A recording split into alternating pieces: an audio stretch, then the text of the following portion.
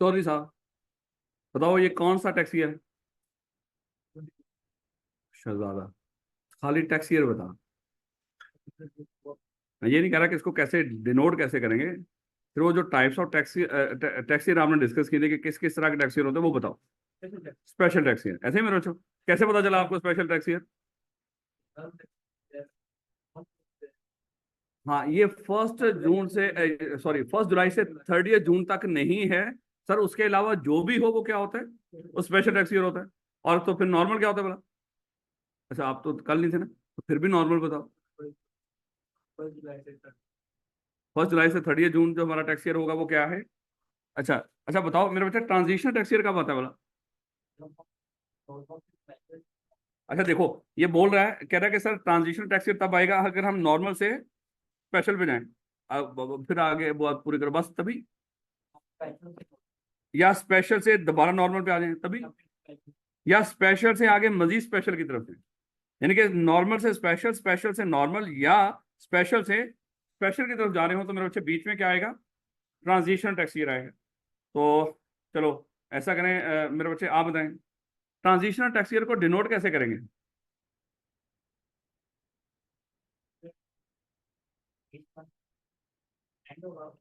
जब भी वो एंड होगा हम देखेंगे उसके बाद 30 जून किस साल में आता है कैलेंडर ईयर। जो हमारा कैलेंडर ईयर है हम उसके लिहाज से देखेंगे। अगर अज्यूम कर लो, चलो जरा देखिएगा, अज्यूम कर लो कि एक ट्रांजिशन टैक्स ईयर है, वो एंड हुआ है 30 सितंबर को, 30 सितंबर 2024 को। बताओ भैया, ये एंड हुआ है यहाँ पे एक special sorry transitional tax year, transitional की बात कर रहा हूँ। ट्रांजिशनल टैक्स ईयर कब एंड हुआ है? 30 सितंबर 2024 को। ये ट्रांजिशनल था। मुझे बताओ इसको किससे डिनोट करेंगे? इसका ईयर क्या होगा, टैक्स ईयर क्या होगा? 2025 की। कैसे पता चला बोला? सर इसके बाद हमने देखना है कि 30 जून किस साल में किस कैलेंडर ईयर में आ रहा होगा, और वो कब आएगा बोला? 30 जून 2025 के अंदर, क्योंकि 2024 में तो 30 जून पहले गुजर गया है। ऐसे मेरे बच्चों।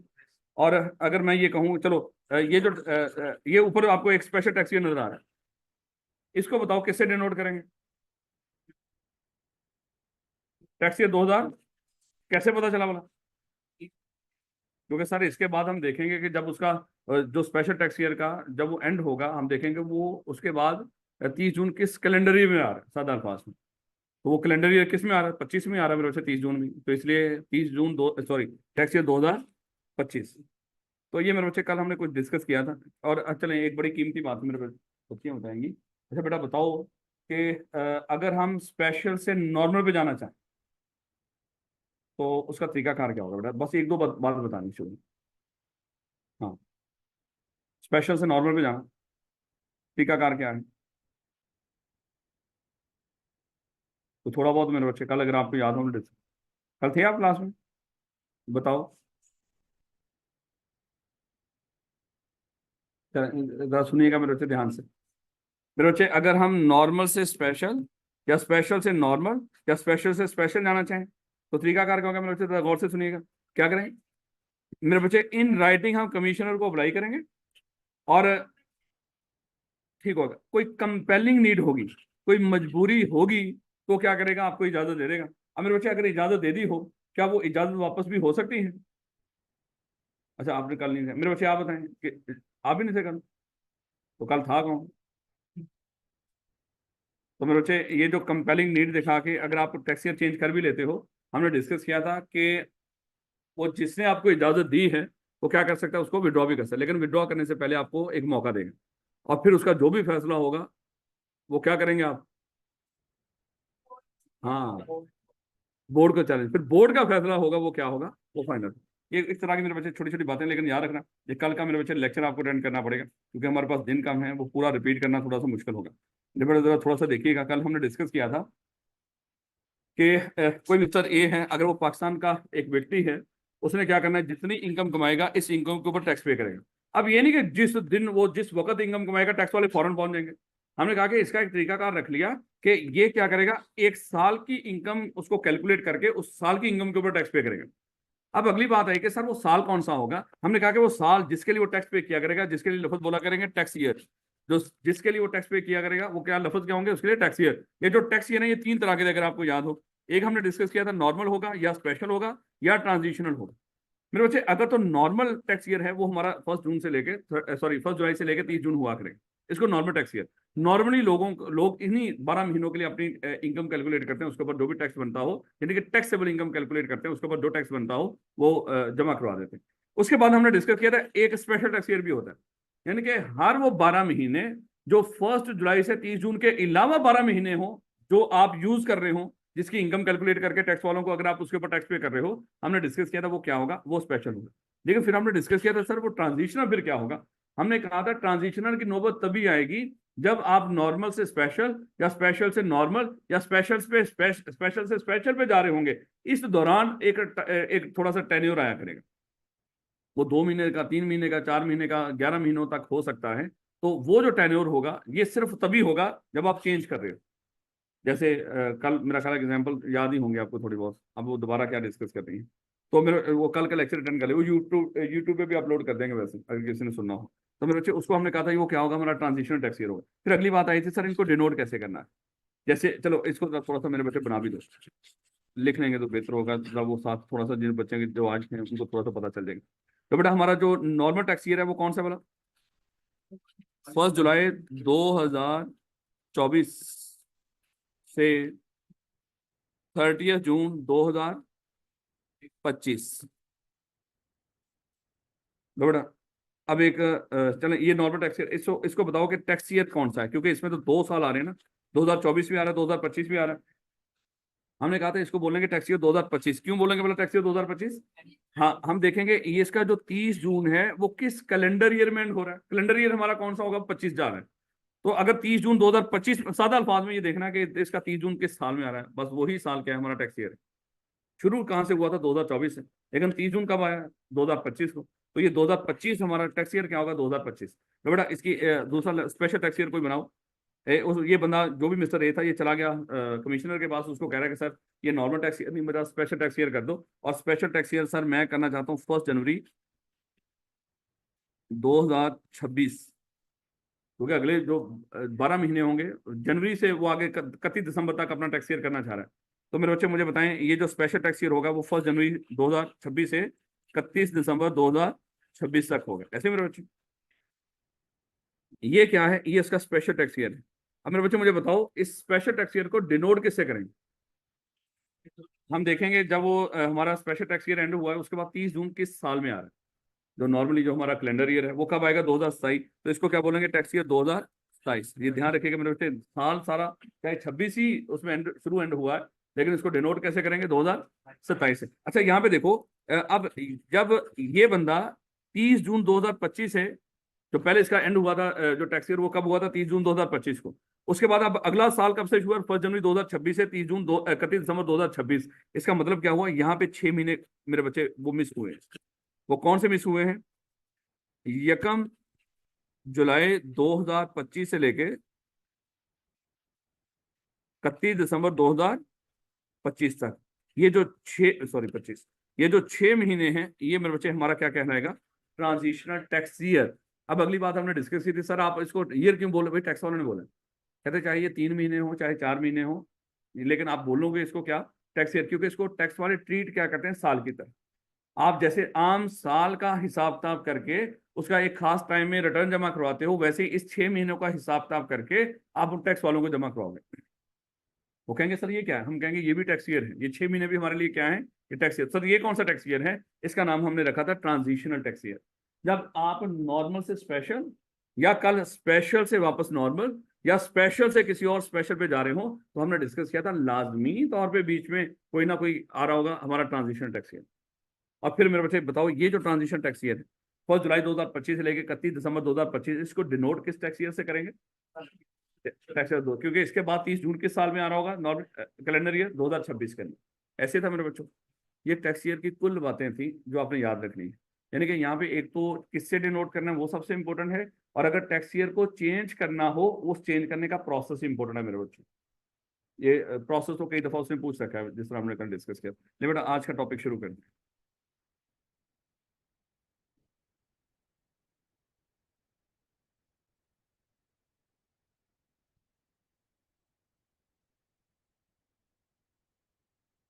ये चैप्टर 4 है मेरे बच्चे, बात में थोड़ी सी तरतीब चैप्टर में उसी में रहेंगे, जब तक चैप्टर चेंज ना कराऊं मेरे बच्चे चैप्टर वही रखेंगे, लेकिन बात का चैप्टर के किसी टॉपिक की तरतीब चेंज हो सकती है। लेकिन जरा देखिएगा, पहले मेरे बच्चे जरा थोड़ा सा इनकम को पढ़ते हैं।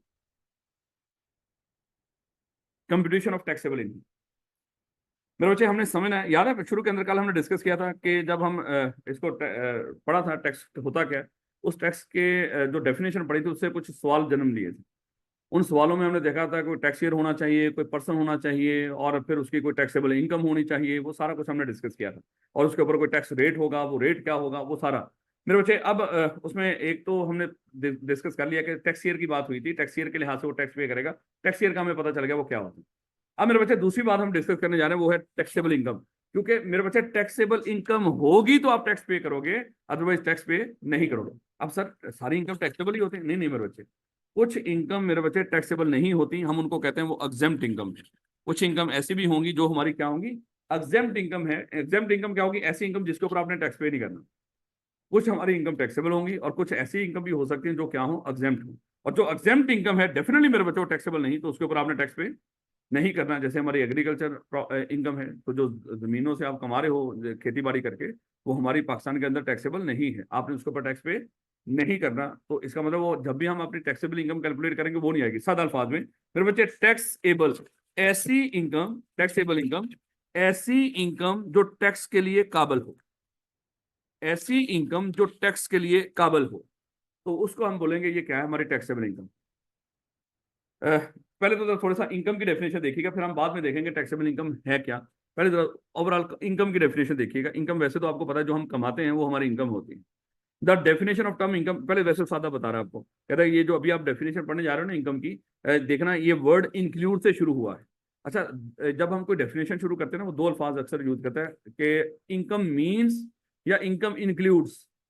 अगर वो जैसे tax means tax includes, property means property includes, CA means CA includes, तो इस तरह करके वो क्या करता है, वो कुछ चीजों को डिफाइन करता है। अगर तो वो इंक्लूड करके कोई डेफिनेशन शुरू करता है, वो जरा थोड़ी सी उसमें जरा सेंस जो ब्रॉडर होती है, यानी कि जो हम बता रहे हैं वो भी है, और जो जनरली इसमें होना चाहिए जो हम शायद ना बता रहे हो लेकिन जनरली जो होता है इसमें वो भी शामिल है। या मैं इसको सादा अल्फाज में कह रहा हूं तो जो हम बता रहे हैं वो भी, और जो आपके दिमाग में आ रहा है कि ये भी तो होती है ना, वो भी शायद इसमें शामिल है। लेकिन जहां पे वो बोलेगा ना टैक्स मीन्स या इनकम मीन्स, वो इसका मतलब है इनकम वही होगी जो मैं यहां पे आपके बता रहा हूं, इसके अलावा किसी चीज को आपने इनकम नहीं मानना। यानी कि मैं मतलब बता रहा हूं इनकम का क्या है, वो जो मैं यहां पे बता रहा हूं, इसमें जो आपके दिमाग में आ रहा होगा या कहीं और कोई इसके जनरल मीनिंग होंगे किसी चीज के, वो बीच में शामिल नहीं करनी, वही चीज शामिल करनी। यानी कि ये जरा थोड़ी सी एक्सक्लूसिव एक्सक्लूसिव एक्सक्लूसिव, मतलब सिर्फ वही चीज जो मैं बता रहा हूँ आपको। और इंक्लूसिव का मतलब क्या है, जो मैं बता रहा हूँ वो भी, इसमें कुछ और चीजें भी शामिल हो सकती हैं। याद रखोगे इस बात को। तो इसलिए उसने थोड़ा सा ये वर्ड आपको शुरू में समझाने की कोशिश की कि जब आप डेफिनेशन पढ़ोगे, डेफिनेशन मेरे बच्चे अक्सर शुरू हुआ करेंगे कि इनकम, और इनकम जैसे अभी ये इनकम की डेफिनेशन आपने पढ़ना है, क्या लफ्ज लिखा हुआ, इनकम इंक्लूड्स, कि इनकम में क्या कुछ है। इसी तरह जब हम रेंट पढ़ेंगे तो वहां पे लफ्ज लिखेगा रेंट मीन्स, मतलब शायद वहां पे इंक्लूड वाली बात नहीं है, वहां पे वो कहेगा ये जो मैं रेंट बता रहा हूँ आपको, रेंट का मतलब यही है जो मैं यहाँ पे बता रहा हूँ, इसके अलावा किसी चीज को आपने रेंट नहीं मानना। Just example. तो मेरे से कहता है कि ये जो इनकम की डेफिनेशन है वो इंक्लूड से शुरू होगी, it is inclusive definition and not exhaustive. यानी कि ये नहीं कि जो मैंने बता दिया वही है बस, नहीं नहीं, खत्म नहीं हो जाएगा जो मैंने बताया उसी पे, बल्कि इसमें कुछ और चीजें भी शामिल हो सकती हैं। कहते हैं, an inclusive definition is that which not only extend to those things which are included in it, जो मैं बता रहा हूँ वो भी इसमें शामिल होती है, but also covers all such things which the term signify according to its general and natural meaning, जो उसके नेचुरल मीनिंग की वजह से जो चीजें और इसमें शामिल हो सकती हो वो भी शामिल हो सकती हैं, जो मैं बता रहा हूँ वो भी, और जो इस तरह की और चीजें वो भी सादा अल्फाज में। अब ये वो वैसे समझाने के लिए होती है, ये आपकी किताब के अंदर बथेरा एक्सप्लेनेटरी मटेरियल होगा जो सिर्फ पढ़ने के लिए है, आपने उसको याद नहीं करना, लेकिन ये जो डेफिनेशन है ये तो याद करनी है मेरे बच्चे। अब अगर वो पेपर में पूछ रहे, अच्छा बताओ भाई इनकम किसको बोलेंगे, देखो हम जा किस तरफ रहे हैं, मतलब टैक्सेबल इनकम की तरफ। लेकिन हमने कहा कि भाई टैक्सेबल इनकम तो हम बाद में देखेंगे, टैक्सेबल इनकम तो बाद में देखेंगे, पहले ये तो देख लें इनकम किसको बोलते हैं। तो कहता है कि any amount chargeable to tax under the income tax ordinance 2000, income from salary, जैसे चले थोड़ी सी उसमें बता दिया कि मेरा यहाँ पे जो इनकम बताने का मतलब क्या है, इंक्लूड है, ये नहीं कि थोड़ी सी ब्रॉडर टर्म है, ये नहीं कि जो मैं बोल रहा हूँ उसी पे हतमी बात है। कहता है कि यहाँ पे इनकम का मतलब क्या होगा, इनकम टैक्स ऑर्डिनेंस 2001। अच्छा देखिएगा, अभी हम कंपनी एक्ट पढ़ रहे थे, कंपनी एक्ट 2017। एक होता है एक्ट, एक होता है ऑर्डिनेंस। जिन लोगों ने बी लॉ पढ़ लिया हुआ, कौन कौन है बच्चे जिन्होंने बी लॉ पढ़ लिया हुआ? बेटा जरा बताओ ऑर्डिनेंस और एक्ट में फर्क क्या है? ऑर्डिनेंस क्या होता है? ऑर्डिनेंस मेरे बच्चे वो चीज है जो डायरेक्टली सदर साहब बात करते हैं ना, हुक्म सादर कर देते हैं। जैसे ही पीछे माशाल्लाह वो तो गए हुए थे जरदारी साहब, तो कायम मुकाम सदर थे वो गिलानी साहब, चेयरमैन सेनेट। क्योंकि अगर सदर ना हो तो कायम मुकाम सदर कौन होता है? Chairman senate. और चेयरमैन सेनेट कौन है बोला? यूसुफ रजा गिलानी। उसने क्या किया, 2 ऑर्डिनेंस जारी किए। वो कानून जो सीधा सदर की तरफ से सादर हो जाए, बगैर उसके असेंबलियों के, नेशनल असेंबली और जो हमारी वो सेनेट है उसके अलावा सीधा सदर की तरफ से आए, उसको हम बोलते हैं वो ऑर्डिनेंस होता है। इस ऑर्डिनेंस की मुद्दत 120 दिन होती है। 120 दिन के अंदर इसको हमने असेंबलियों से भी गुजारना होता है, अगर ना गुजरे तो ये खत्म हो जाता है। और जो एक्ट होता है, एक्ट वो होता है जो जो नेशनल असेंबली, सेनेट, उससे होता हुआ सदर साहब के पास जाके अप्रूव हो। यानी कि जो इन दोनों हाउसों से गुजर के सदर साहब के पास जाए, उस कानून को मेरे बच्चे क्या बोलते हैं? एक्ट बोलते हैं। ये अगर तो जिन्होंने बी लॉ नहीं पढ़ा हुआ, तो हम बी लॉ में इंशाल्लाह चैप्टर नंबर 1 के अंदर पूरा प्रोसेस डिस्कस करेंगे इस चीज का, कि ऑर्डिनेंस और एक्ट बनते कैसे, खासतौर पे एक्ट कैसे बनता है। ऑर्डिनेंस तो सादा सा है, सदर ने जो हुक्म दे दिया ऑर्डिनेंस।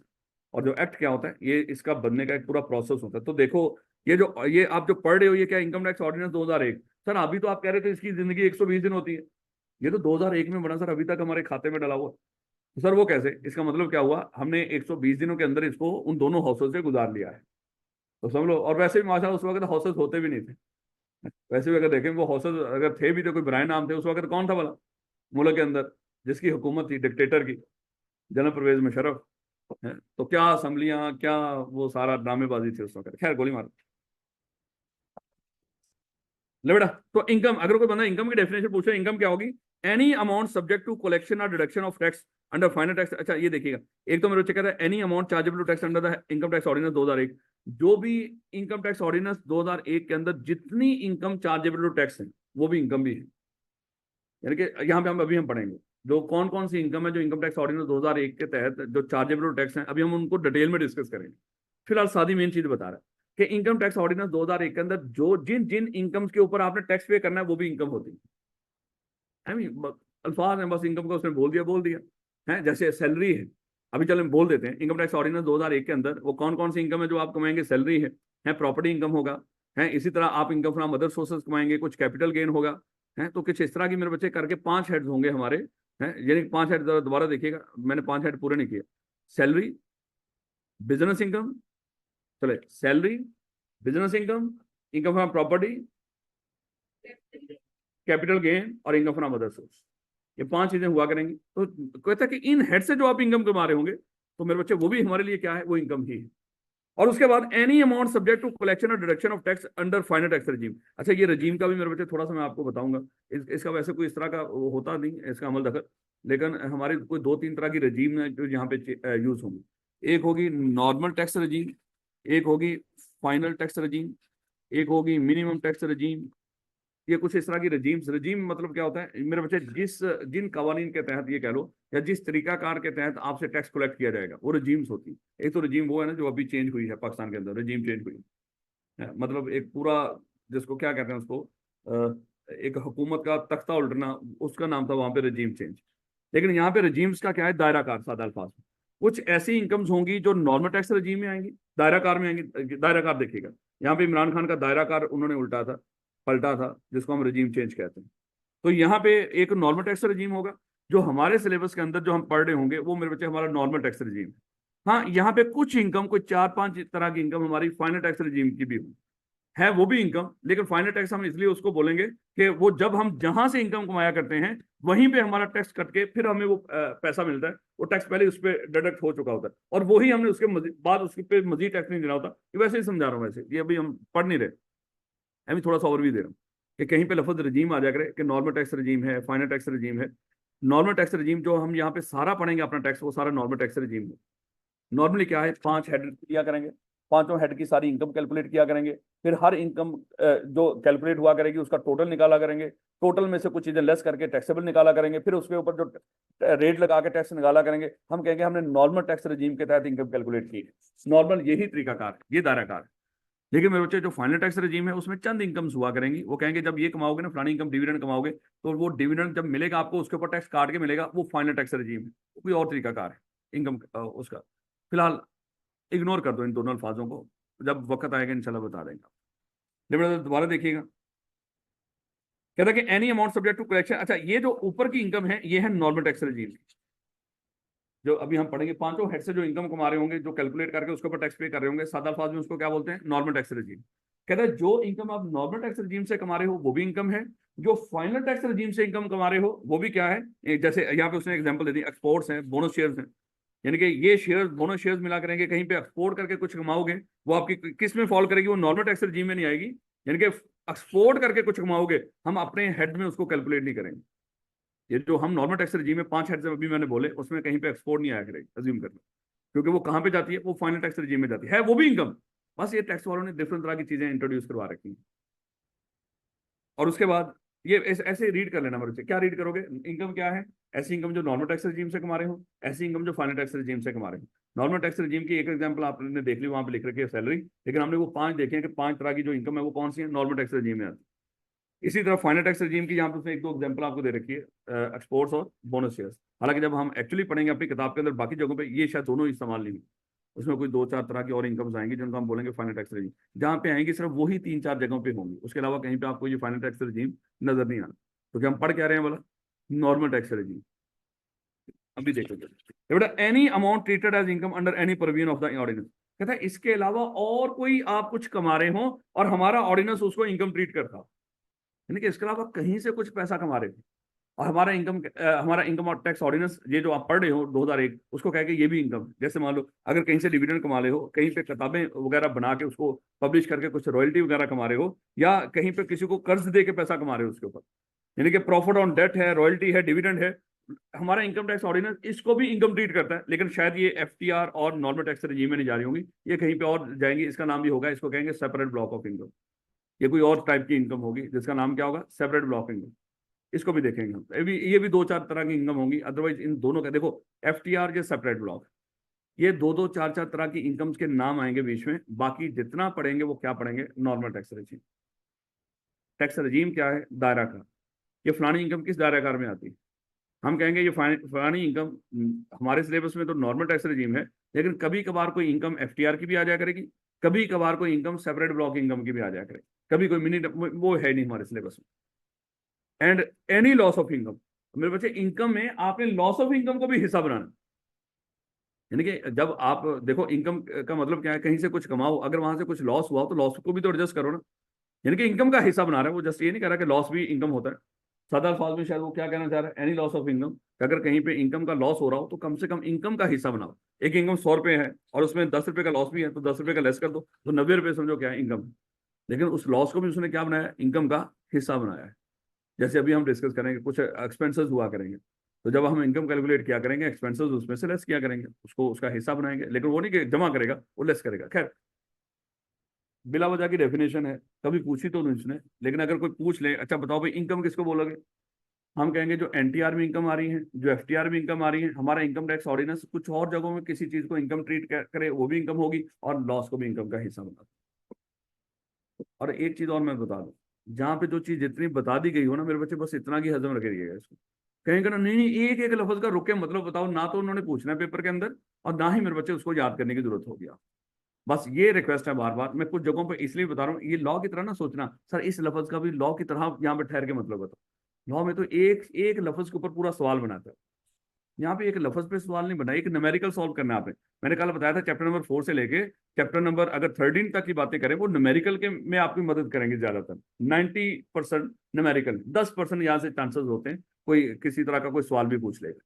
इसलिए मेरे बच्चे यहाँ पे जो चीजें पढ़ रहे हैं वो सिर्फ न्यूमेरिकल के पर्पज से पढ़िएगा, थ्योरी आपके किसी काम की उस तरह की नहीं। हाँ, न्यूमेरिकल उस वक्त तक सॉल्व नहीं होगा जब तक थ्योरी नहीं आती।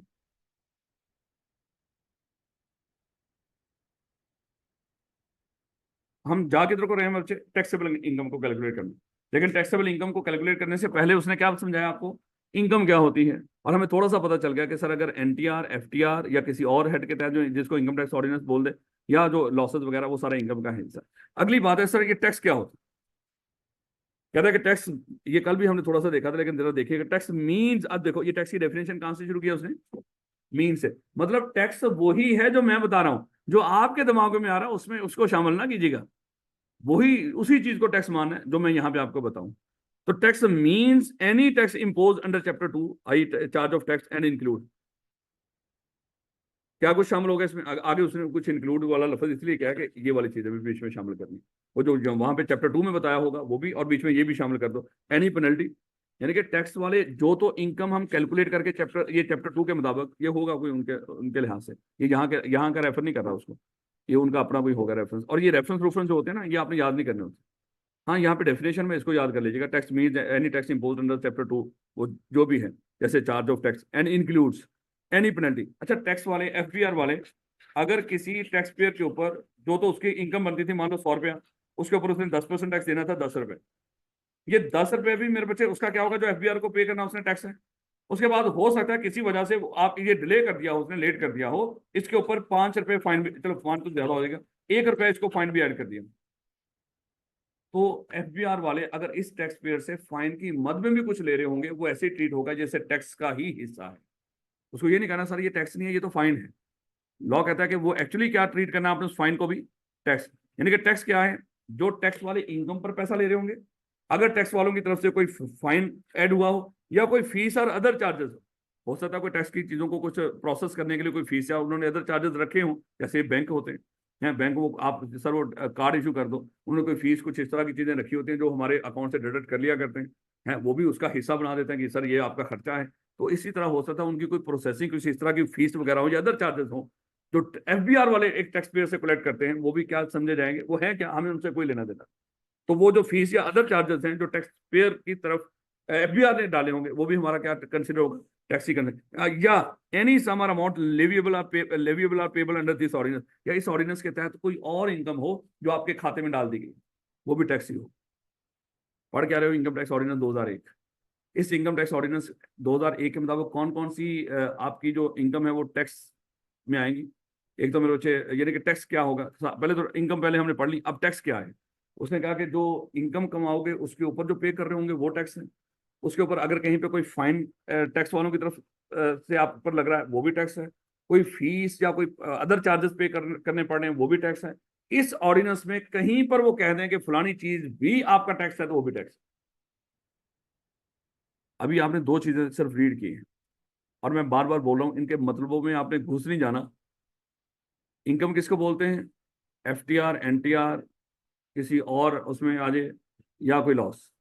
टैक्स किसको बोलते हैं, कहीं पे कोई चैप्टर 2 में कोई इनकम होगी जिसके ऊपर हम टैक्स पे करते हैं, वो जो नॉर्मल तरीके से कैलकुलेट करते हैं, कोई फीस, कोई इसी तरह के कोई पेनल्टी हो या कोई चार्जेस हो, या, हाँ, तो ये सारा हमारा क्या करेगा, ये टैक्स कहते हैं।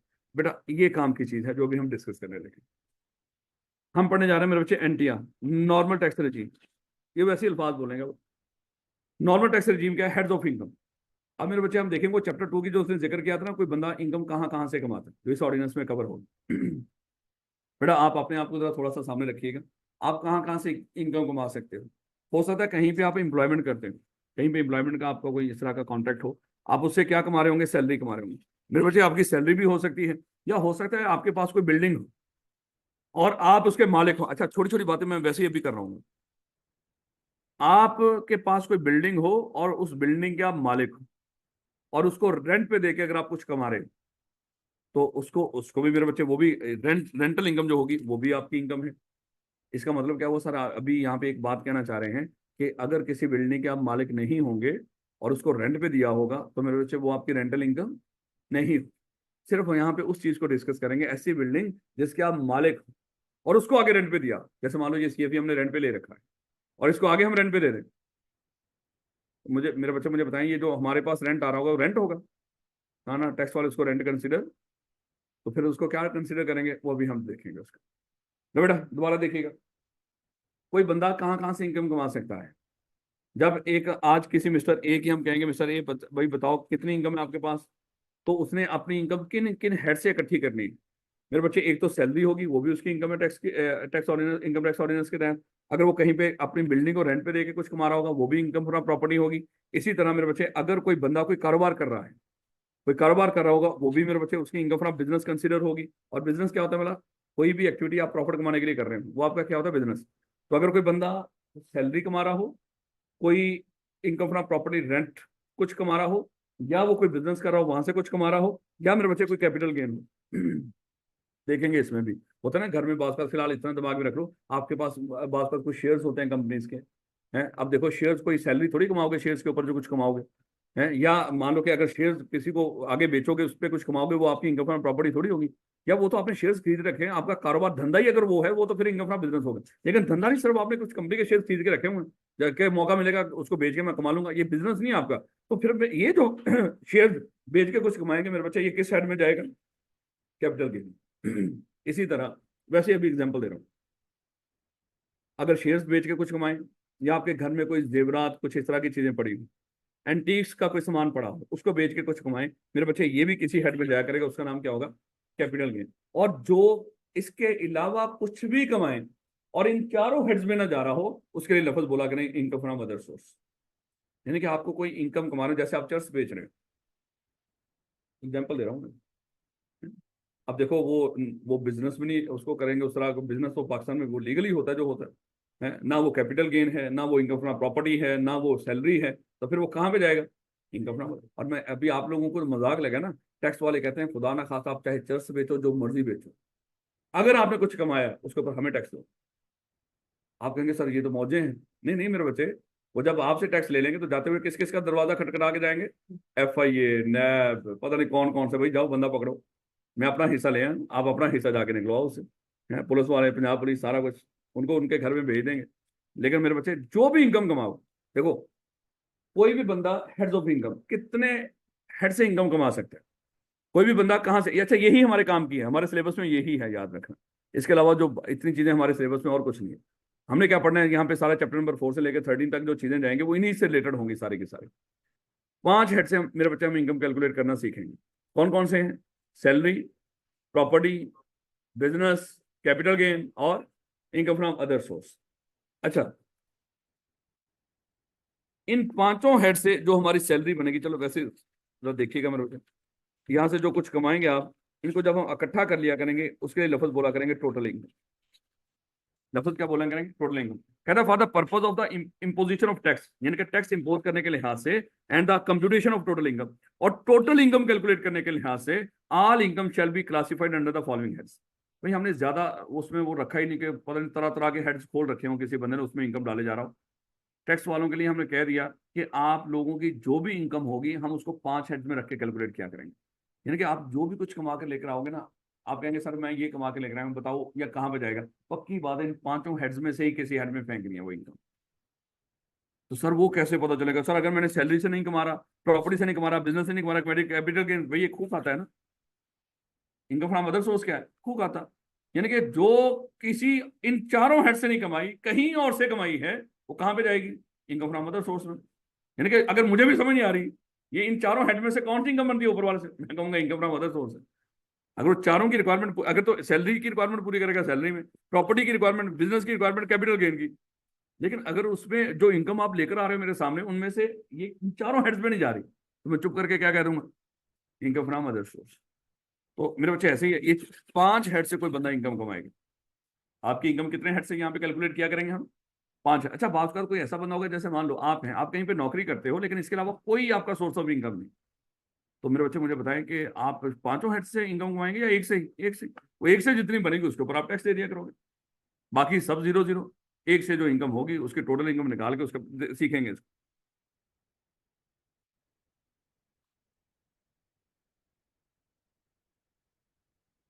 ले बेटा देखिए, अभी मैं आपको बता रहा था इन पांचों हेड से, चलो दोबारा बोल दो मेरे बच्चे, ये पांचों हेड्स,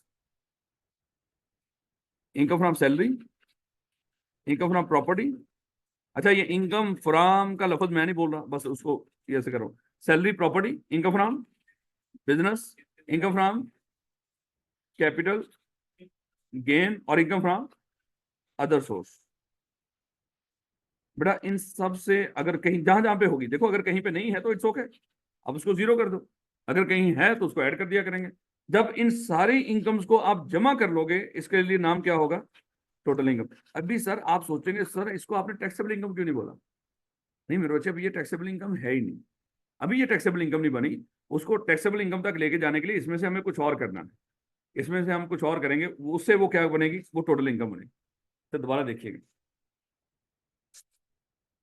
एक मिस्टर ए है, उस मिस्टर ए की मेरे बच्चे सैलरी है, अज्यूम कर लो उसकी सैलरी है 20,000 रुपये पर मंथ, तो कितनी बनेगी बोला?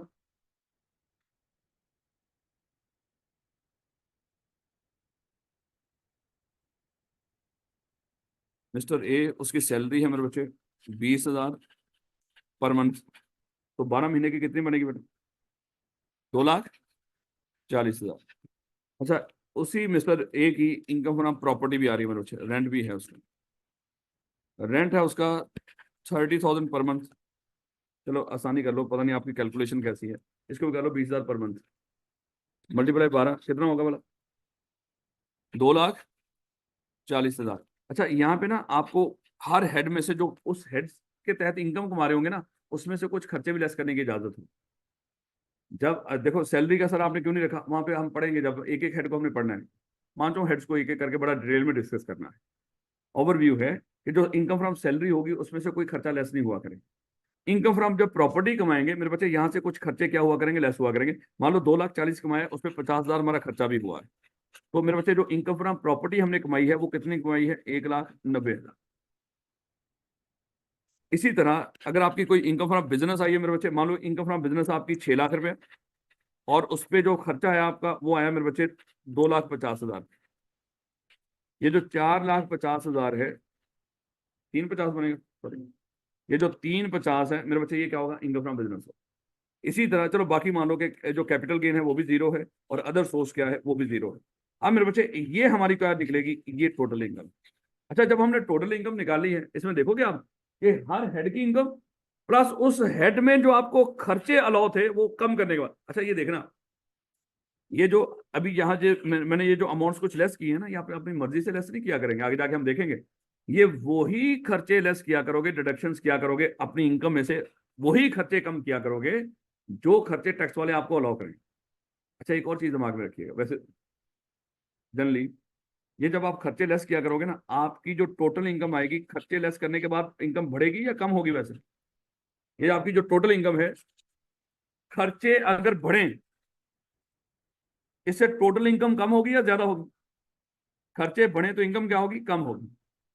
और इसी कम इनकम से टैक्सेबल इनकम भी ज्यादा होगी या कम होगी? वो कम ही होगी। और टैक्स ज्यादा पे करना पड़ेगा या कम ही पे करना पड़ेगा?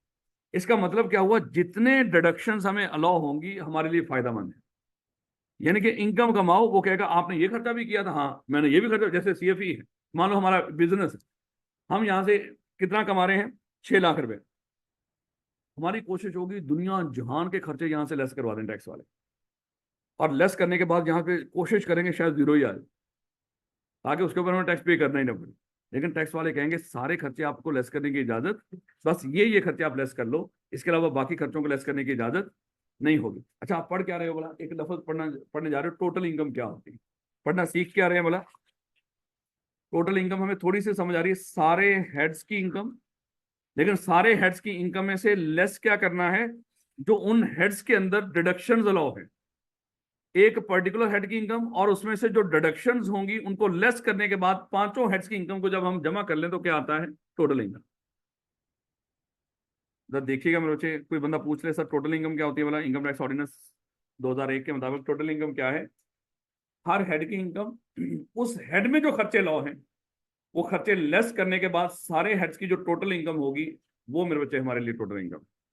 यानी कि सबको जब जमा कर लोगे, देखो कहता है कि sum of amount chargeable to tax under the particular head, हर पर्टिकुलर हेड में जो चार्जेबल टू टैक्स अमाउंट है वो आपने निकाल ली, और deduction expenses allowed in relevant head of income, और हर हेड में जो खर्चे अलाउ हैं वो आपने लेस कर दिए। अच्छा ये तो सर आपने तो हर हेड में लेस किए हैं, हमने हर हेड में ही लेस करने अलग रहता उसके, इसने तो समझाने के लिए लफ्ज बोल दिया ना, टोटल इनकम इसने करके उसमें से टोटल खर्चे इकट्ठे करके उसने लेस कर दिए। हमने ऐसे नहीं करना होता, हमने बिल्कुल मेरे बच्चे ऐसे ही करना है जो यहाँ पे हमने सीखा।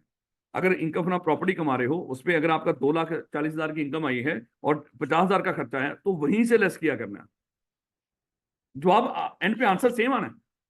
लेकिन तरीकाकार मेरे बच्चे यही होगा, हमने न्यूमेरिकल सॉल्व करने हैं वहां पे जाके, अपना पेपर पास करना है। तो वहां पे क्या होगा, जब हम ये न्यूमेरिकल वगैरह सॉल्व करेंगे, पांचों हेड लिखा करोगे, हर हेड की इनकम, उस हेड का जो खर्चा होगा उस हेड में से लेस किया करेंगे, उसके बाद उसके सामने उसकी टोटल, उसकी जो उस हेड की इनकम होगी टोटल, वो लिखेंगे। फिर आपकी टोटल जो इनकम आएगी वो कैसे आएगी, सारे हेड्स को जमा कर लो, आपकी टोटल इनकम आ जाएगी। अजीब सी बात है मेरा ख्याल है, माजरत के साथ नहीं समझ आ रहा। वैसे इतनी काम की चीजें तो नहीं, लेकिन मैं बिला वजह भी अपना खा पी रहा हूँ मेरे बच्चे, क्योंकि काम की चीज अभी पढ़नी है।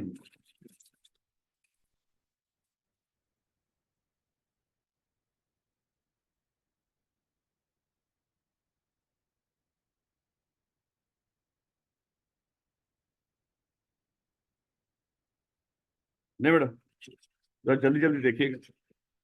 हमने सैलरी कमाई 1 लाख रुपए की, मैं वैसे ही ओवरऑल एग्जांपल दे रहा हूँ, पूरे साल की कितना कमाया आपने सैलरी, 1 लाख रुपए। ये क्या, प्रॉपर्टी। तो बेटा आपकी जो इनकम फ्रॉम प्रॉपर्टी थी वो थी 20,000 रुपये, और जो इसमें डिडक्शन थी वो थी 10,000 रुपये। तो कितना आया यहाँ पे, 10,000। अच्छा मेरे बच्चे, जो आपका बिजनेस था वहां से आपने कमाया 1 लाख रुपया, और आपकी यहाँ पे बिजनेस में जो डिडक्शन थी वो थी मेरे बच्चे 2,50,000 की। हाँ, होगा ऐसे। तो बताएं यहाँ पे क्या आएगा, 1,50,000 पॉजिटिव या नेगेटिव, नेगेटिव। अच्छा, ये आपके 0 0 एज्यूम कर लो। अब मेरे बच्चे मुझे बताओ, जब आप टोटल इनकम निकालोगे, क्या मैं यहाँ पे अल्फाज यूज कर लूँ, जब आपकी जो टोटल डिडक्शंस हैं वो आपकी सारे हेड्स की इनकम से इंक्रीज कर जाएं, तो वहां पे मेरे बच्चे टोटल इनकम में इनकम की बजाय क्या आएगा, लॉस आएगा। क्या आया करेगा, लॉस आएगा। और लॉस यहाँ पे कितना आया बोला, सॉरी, 40,000। 40,000 का क्या आया मेरे बच्चे, लॉस। अच्छा ये अल्फाज यहाँ पे कुछ उसने वैसे ही बता रखा है शुरू के अंदर भी, आगे जाके इसको देखेंगे। देखो कितनी बड़ी लाइन लिखी है उसने, सिर्फ इतनी की बात समझाने के लिए। कहता है if the total deduction allowed to a person for a tax year, जो डिडक्शन उसको अलाउ है, यानी कि अपनी मर्जी से कर लेगा वो, total deduction allowed to a person for a tax year under a head of income exceed the total amount derived by the person in the tax year chargeable under the head income, जो भी है shall be treated as sustainable loss under that, जो भी है। यानी कि वो क्या कहे, अगर टोटल इनकम से जो टोटल डिडक्शन हैं वो बढ़ जाए, तो मेरे बच्चे जब पॉजिटिव से नेगेटिव बढ़ जाएगा तो हमारा पॉजिटिव नहीं आएगा बल्कि नेगेटिव आएगा, और नेगेटिव क्या कहलाएगा यहाँ पे, लॉस कहलाएगा। लो बेटा, एक्चुअली एक टॉपिक पढ़ना था, ये छोटी छोटी बातें मैंने की है ना, बिला वजह की हैं, आज पढ़ेंगे हम आगे जाके। लेकिन आज हमने जो टॉपिक पढ़ना है वो है रेजिडेंट पर्सन। अगर आप देखेंगे, जब ये स्लाइड शुरू हुई थी सबसे पहले जो लिखा हुआ था, जो जहाँ पे रुकना था हमने, वो कल की टैक्स ईयर के बाद वो क्या था, रेजिडेंट पर्सन। लेकिन मैं कह रहा था रेजिडेंट पर्सन तो हम पढ़ेंगे ही, लेकिन थोड़ा सा हमें पता होना चाहिए रेजिडेंट पर्सन होता क्या है, क्योंकि इसका बड़ा अमल दखल होगा, ये आई कैप के पेपर के लिहाज से भी इंपॉर्टेंट है। अच्छा देखिएगा मेरे बच्चे, दो तरह के लोग हो सकते हैं। अज्यूम कर लो ये है पाकिस्तान, और पाकिस्तान के अंदर ये है पर्सन।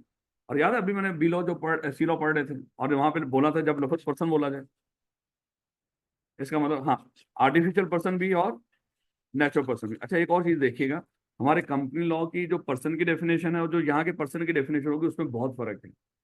अगर जो बंदा कंपनी लॉ टैक्स पढ़ रहा होगा ना, उनको एक दिक्कत होगी कि कई बातें हम उसमें कंपनी लॉ में मानेंगे, टैक्स वाले उस बात को नहीं मानेंगे, कई बात टैक्स वाले मना लेंगे, कंपनी लॉ पे वो बिल्कुल इजाजत नहीं हुई। लेकिन मेरे बच्चे इन दोनों को थोड़ा सा सेपरेट करके रखिएगा। अच्छा, अगर ये मिस्टर ए कोई पर्सन है, कोई इंसान है, अगर तो ये पाकिस्तानी है, पाकिस्तान में है, तो मेरे बच्चे बजाहिर हमें लग रहा है ये क्या है, पाकिस्तान का रेजिडेंट है। अभी फिलहाल इतना दिमाग में रखो, अगर कोई बंदा पाकिस्तान का रेजिडेंट होगा, वो बाद में देखेंगे रेजिडेंट होगा कैसे। अगर तो कोई पाकिस्तान का रेजिडेंट है मेरे बच्चे, उसकी जो इनकम होगी, जो पाकिस्तान से इनकम होगी, या जो हो पाकिस्तान का रेजिडेंट और वो पाकिस्तान के बाहर से भी कुछ कमाएगा, ये दोनों इनकम पाकिस्तान में टैक्सेबल होंगी। अगर कोई बंदा पाकिस्तान का रेजिडेंट हुआ, अब रेजिडेंट कौन है ये अभी हमें नहीं पता, वो भी हम सीखेंगे किस बंदे को हम रेजिडेंट मानते हैं, किसको नॉन रेजिडेंट मानते हैं। फिलहाल दिमाग में रखना, जो बंदा साबित होगा ये पाकिस्तान का रेजिडेंट है, आप लोग दोनों यहाँ, आप सब लोग यहाँ पे बैठे हो, अगर साबित हो जाए पाकिस्तान के रेजिडेंट हो, तो आपकी कौन सी इनकम पाकिस्तान में टैक्सेबल होगी, जो पाकिस्तान से कमा रहे हो वो भी टैक्सेबल, और जो पाकिस्तान से बाहर से कमा रहे हो वो भी पाकिस्तान में टैक्सेबल।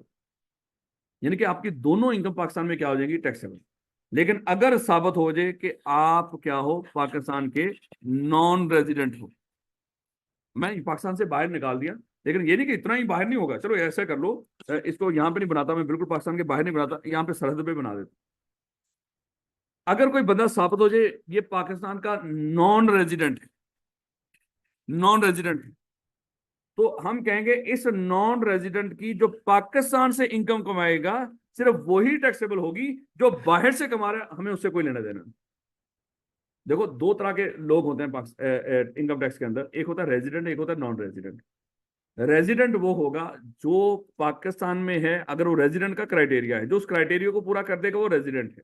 अगर कोई बंदा पाकिस्तान का रेजिडेंट साबित हो गया, उसकी चाहे वो दुनिया के सादा अल्फाज में दुनिया से कहीं से भी कुछ कमा रहा हो, पाकिस्तान में टैक्सेबल। चाहे पाकिस्तान से कमा रहा हो, चाहे दुनिया के किसी भी कोने से कुछ कमाएगा, रेजिडेंट की इनकम पाकिस्तान में क्या होगी, टैक्सेबल होगी। इसके लिए लफ्ज बोलेंगे Pakistan source of income, Pakistan source of income और फॉरेन सोर्स ऑफ इनकम, उसकी पाकिस्तान में क्या होगी, टैक्सेबल होगी। लेकिन अगर कोई बंदा नॉन रेजिडेंट हुआ, साबित होगा क्राइटेरिया, हमने उस पर अप्लाई किया, अच्छा वो फिर यहीं पे रहा होगा, वो सामने कहीं में वो जो वो है ना चिप्स बेचने वाला, वहां पे खड़ा, वो चिप्स खा रहा है, हमने उसके कंधे पे हाथ रखा, उसको पूछा था भाई बता तू रेजिडेंट है या नॉन रेजिडेंट है, उसने कहा कि भाई कैलकुलेट करके दे देते हैं क्राइटेरिया के मुताबिक। जब हमने कैलकुलेट किया, देखो खड़ा भी पाकिस्तान में है, लेकिन वो हमारे क्राइटेरिया पे पूरा नहीं उतरा, हमें पता चला कि ये क्या है, नॉन रेजिडेंट है। तो नॉन रेजिडेंट की कौन सी इनकम पाकिस्तान में टैक्सेबल होगी, जो पाकिस्तान से कमा रहा। इसके अलावा मेरे बच्चे, हो सकता है वो रेडी वाला बंदा जो लगा के इतना कमा रहा है, वही बंदा पाकिस्तान में क्या है, नॉन रेजिडेंट है, तो उसकी कौन सी इनकम पाकिस्तान में टैक्सेबल होगी, जो हो सकता है इसके न्यूयॉर्क में भी कुछ बिजनेसेस हो, है ये दुबई में भी कारोबार कर रहा है, हमें उन कारोबार से कोई लेना देना नहीं है। रेजिडेंट पर्सन की हर तरह की इनकम, पाकिस्तानी चाहे बाहर से, और नॉन रेजिडेंट की कौन सी, जो पाकिस्तान से है, सिर्फ वही टैक्सेबल होगी, बाकी टैक्सेबल नहीं होगी। मेरे बच्चे ये हमने पढ़ना है। अब फॉरेन से भाग के हम पीछे जा रहे हैं, और जो हमारा मकसद आज का वो है ये वाला रेजिडेंशियल स्टेटस, कि भाई कैसे पता चलेगा कि सर कोई बंदा रेजिडेंट है कि नहीं। मेरे बच्चे उस रेजिडेंशियल स्टेटस को चेक करने के लिए पहले तो हम क्या करेंगे, लोगों को तीन हिस्सों में डिवाइड करेंगे। जब पर्सन है, जो लफ्ज पर्सन था, अभी हमने जो डिस्कस किया था, पर्सन को तीन हिस्सों में डिवाइड करेंगे मेरे बच्चे। यहाँ पे तीन तरह के लोगों के लिए आप रेजिडेंशियल स्टेटस चेक किया करो। एक होगा लफ्ज इंडिविजुअल, क्या लफ्ज होगा, इंडिविजुअल। क्या लग रहा है ये किसके लिए बोला होगा मैंने, हाँ नेचुरल पर्सन के लिए, जिंदा इंसान के लिए। एक होगा मेरे बच्चे लफ्ज कंपनी, एक होगा एसोसिएशन ऑफ पर्सन, मतलब पार्टनरशिप।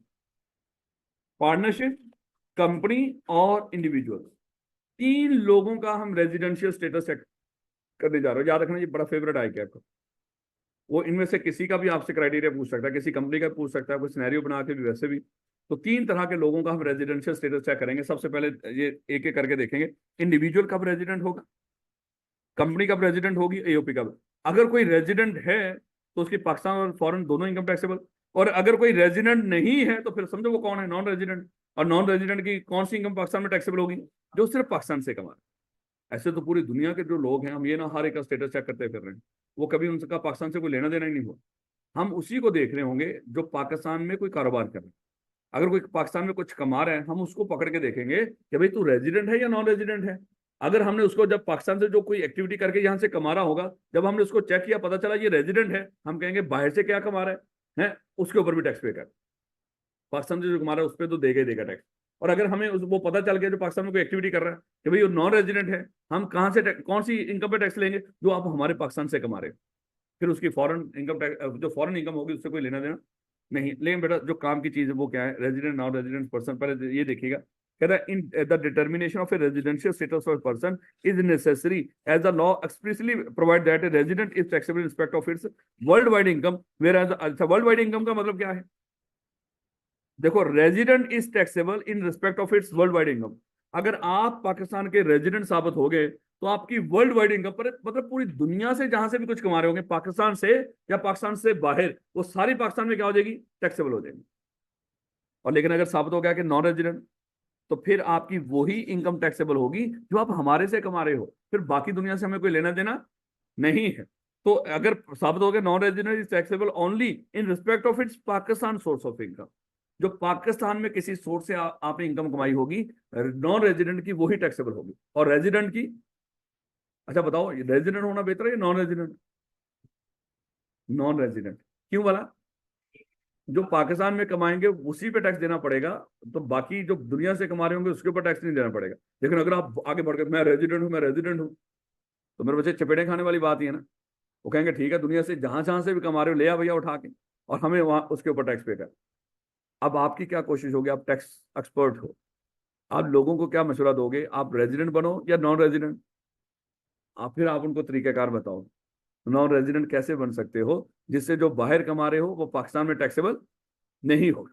इस वो होगा, लेकिन देखो ना, अगर आप रेजिडेंट हो, नहीं वो भी तो देखो ना, वो हम कैलकुलेट किया करेंगे, देखेंगे। अगर आप रेजिडेंट हो, आपकी पाकिस्तान भी और बाहर की मुल्क की भी, वहां पे आपको रिलीफ दे दिया करेंगे। वो कहेंगे अच्छा वहां पे कितना टैक्स दिया है दुबई के अंदर, उसने कहा कि 4,000, चलो हमारा 8,000 बनता था, वो 4,000 लेस करते, 4,000 पे कर, माफ नहीं करना आप। वो एक तरीके से हम कैलकुलेट किया करेंगे, उसको देखेंगे। खैर, the ordinance laid on the method of determination of residential status of the person in the following manner. यानी कि कैसे पता चलेगा कोई बंदा रेजिडेंट है कि नहीं, और बंदा कौन? तीन तरह के लोग। कौन? Individual, company, association of person. इन तीनों का स्टेटस मेरे बच्चे चेक करना। अब उसका क्राइटेरिया क्या है? कहता है कि ए पर्सन शेल, अभी अभी ओवरऑल बात कर रहा है मेरे बच्चे, अभी ओवरऑल बात कर रहा है।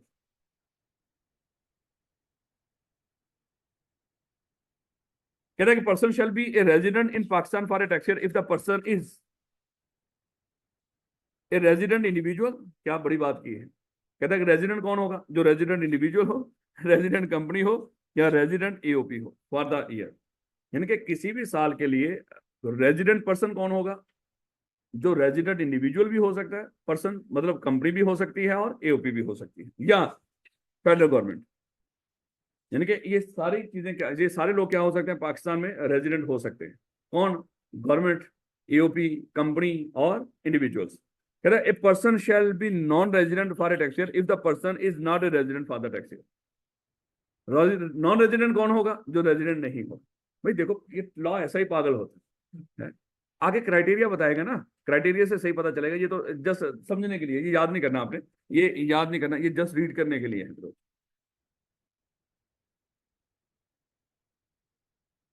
कह रहा very, it is very important point. अच्छा इसमें इंपॉर्टेंट भी था कुछ।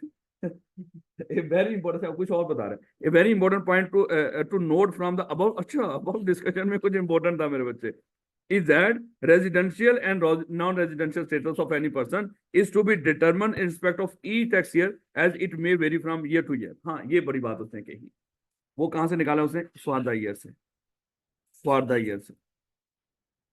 कहता है ये जो लफ्ज मैंने बोला ना कि रेजिडेंट कौन होगा? जो रेजिडेंट इंडिविजुअल होगा, एओपी होगी, कंपनी होगी, फॉर दैट ईयर या फॉर द ईयर। और नॉन रेजिडेंट कौन होगा? जो जो भी इनमें से जो नॉन रेजिडेंट हुआ उस साल में, वो नॉन रेजिडेंट है। किस साल की बात कर रहे हैं भाई? ये जो नॉर्मली अगर कुछ ना बोल रहा हो तो समझ लो वो क्या है, हमारा नॉर्मल टैक्स ईयर। अगर कहीं पे किसी का उसने किसी, मान लो कि इस, आपका नाम क्या बेटा? अलादार। अलादार, अलादार, कितना खूबसूरत नाम है यार, अलादार। अच्छा देखें, अलादार क्या है, इसको टैक्स वालों ने स्पेशल टैक्स ईयर अलॉट किया हुआ। इसका जो रेजिडेंशियल स्टेटस हम चेक करेंगे वो किस लिहाज से करेंगे? स्पेशल टैक्स ईयर के लिहाज से। हम बाकी सब लोगों का नॉर्मल टैक्स ईयर है, तो हमारा रेजिडेंशियल स्टेटस किस लिहाज से चेक किया जाएगा? 1 जुलाई से लेके 30 जून तक के मामला देखे जाएंगे। यानी कि ये जो, और हर साल रेजिडेंशियल स्टेटस चेक किया जाएगा, याद रखिएगा। हर साल हम साल के एंड पे देखा करेंगे इस साल में अलादार और बाकी सारे लोग ये रेजिडेंट हैं या नॉन रेजिडेंट। अगर एक बंदा एक साल में रेजिडेंट हुआ, अगर एक बंदा, मेरे बच्चे ये हमारा ईयर, ये टैक्स ईयर है, कोई मिस्टर ए इस साल में नॉन रेजिडेंट है, लेकिन हो सकता है यही मिस्टर ए अगले साल में ये हमारा क्या हो, ये रेजिडेंट हो। ये नहीं कि एक दफा जो बंदा नॉन रेजिडेंट होगा पक्का पक्का पूरी लाइफ भी वो नॉन रेजिडेंट रहेगा, नहीं नहीं। ये जो रेजिडेंट और नॉन रेजिडेंट स्टेटस चेक करना है, ये कब कब किया करना है? हर साल। हर साल के आखिर पे देखना है सर आप रेजिडेंट हो या नॉन रेजिडेंट हो। तो हम कहेंगे सर अंदाजा लगा लेते हैं, मैं रेजिडेंट है या नॉन रेजिडेंट, वो अंदाजा लगाएंगे उस, वो जो भी असूल आगे बताएगा। अभी तक असूल काम की चीज अभी नहीं हम पढ़ रहे। बस ये एक काम की बाकी चीज थी ऊपर की डिस्कशन के अंदर, वो क्या था कि ये जो रेजिडेंट और नॉन रेजिडेंट का स्टेटस है, ये आपने हर साल एनालाइज किया कर, इसको चेक किया कर। मुश्किल बात तो नहीं।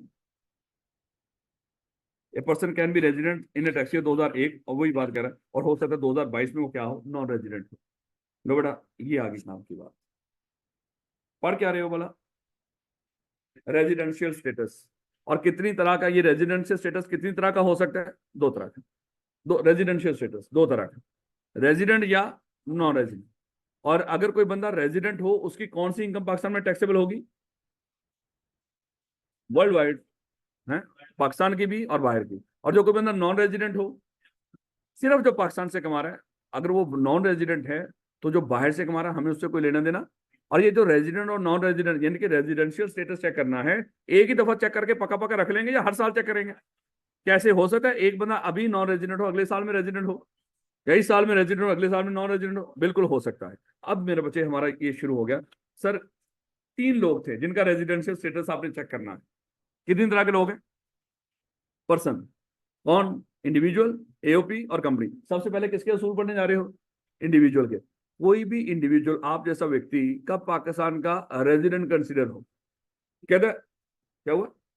व्यक्ति, बंदा, बाशिंदा। मुझे लग रहा है आप भी पोइम सुनते होंगे बचपन में। An individual shall be resident individual for a tax year. मैं तंग करने के लिए बोलता हूँ ये वैसे। An individual shall be resident individual, मतलब जिंदा इंसान की बात हो रही है मेरे बच्चों।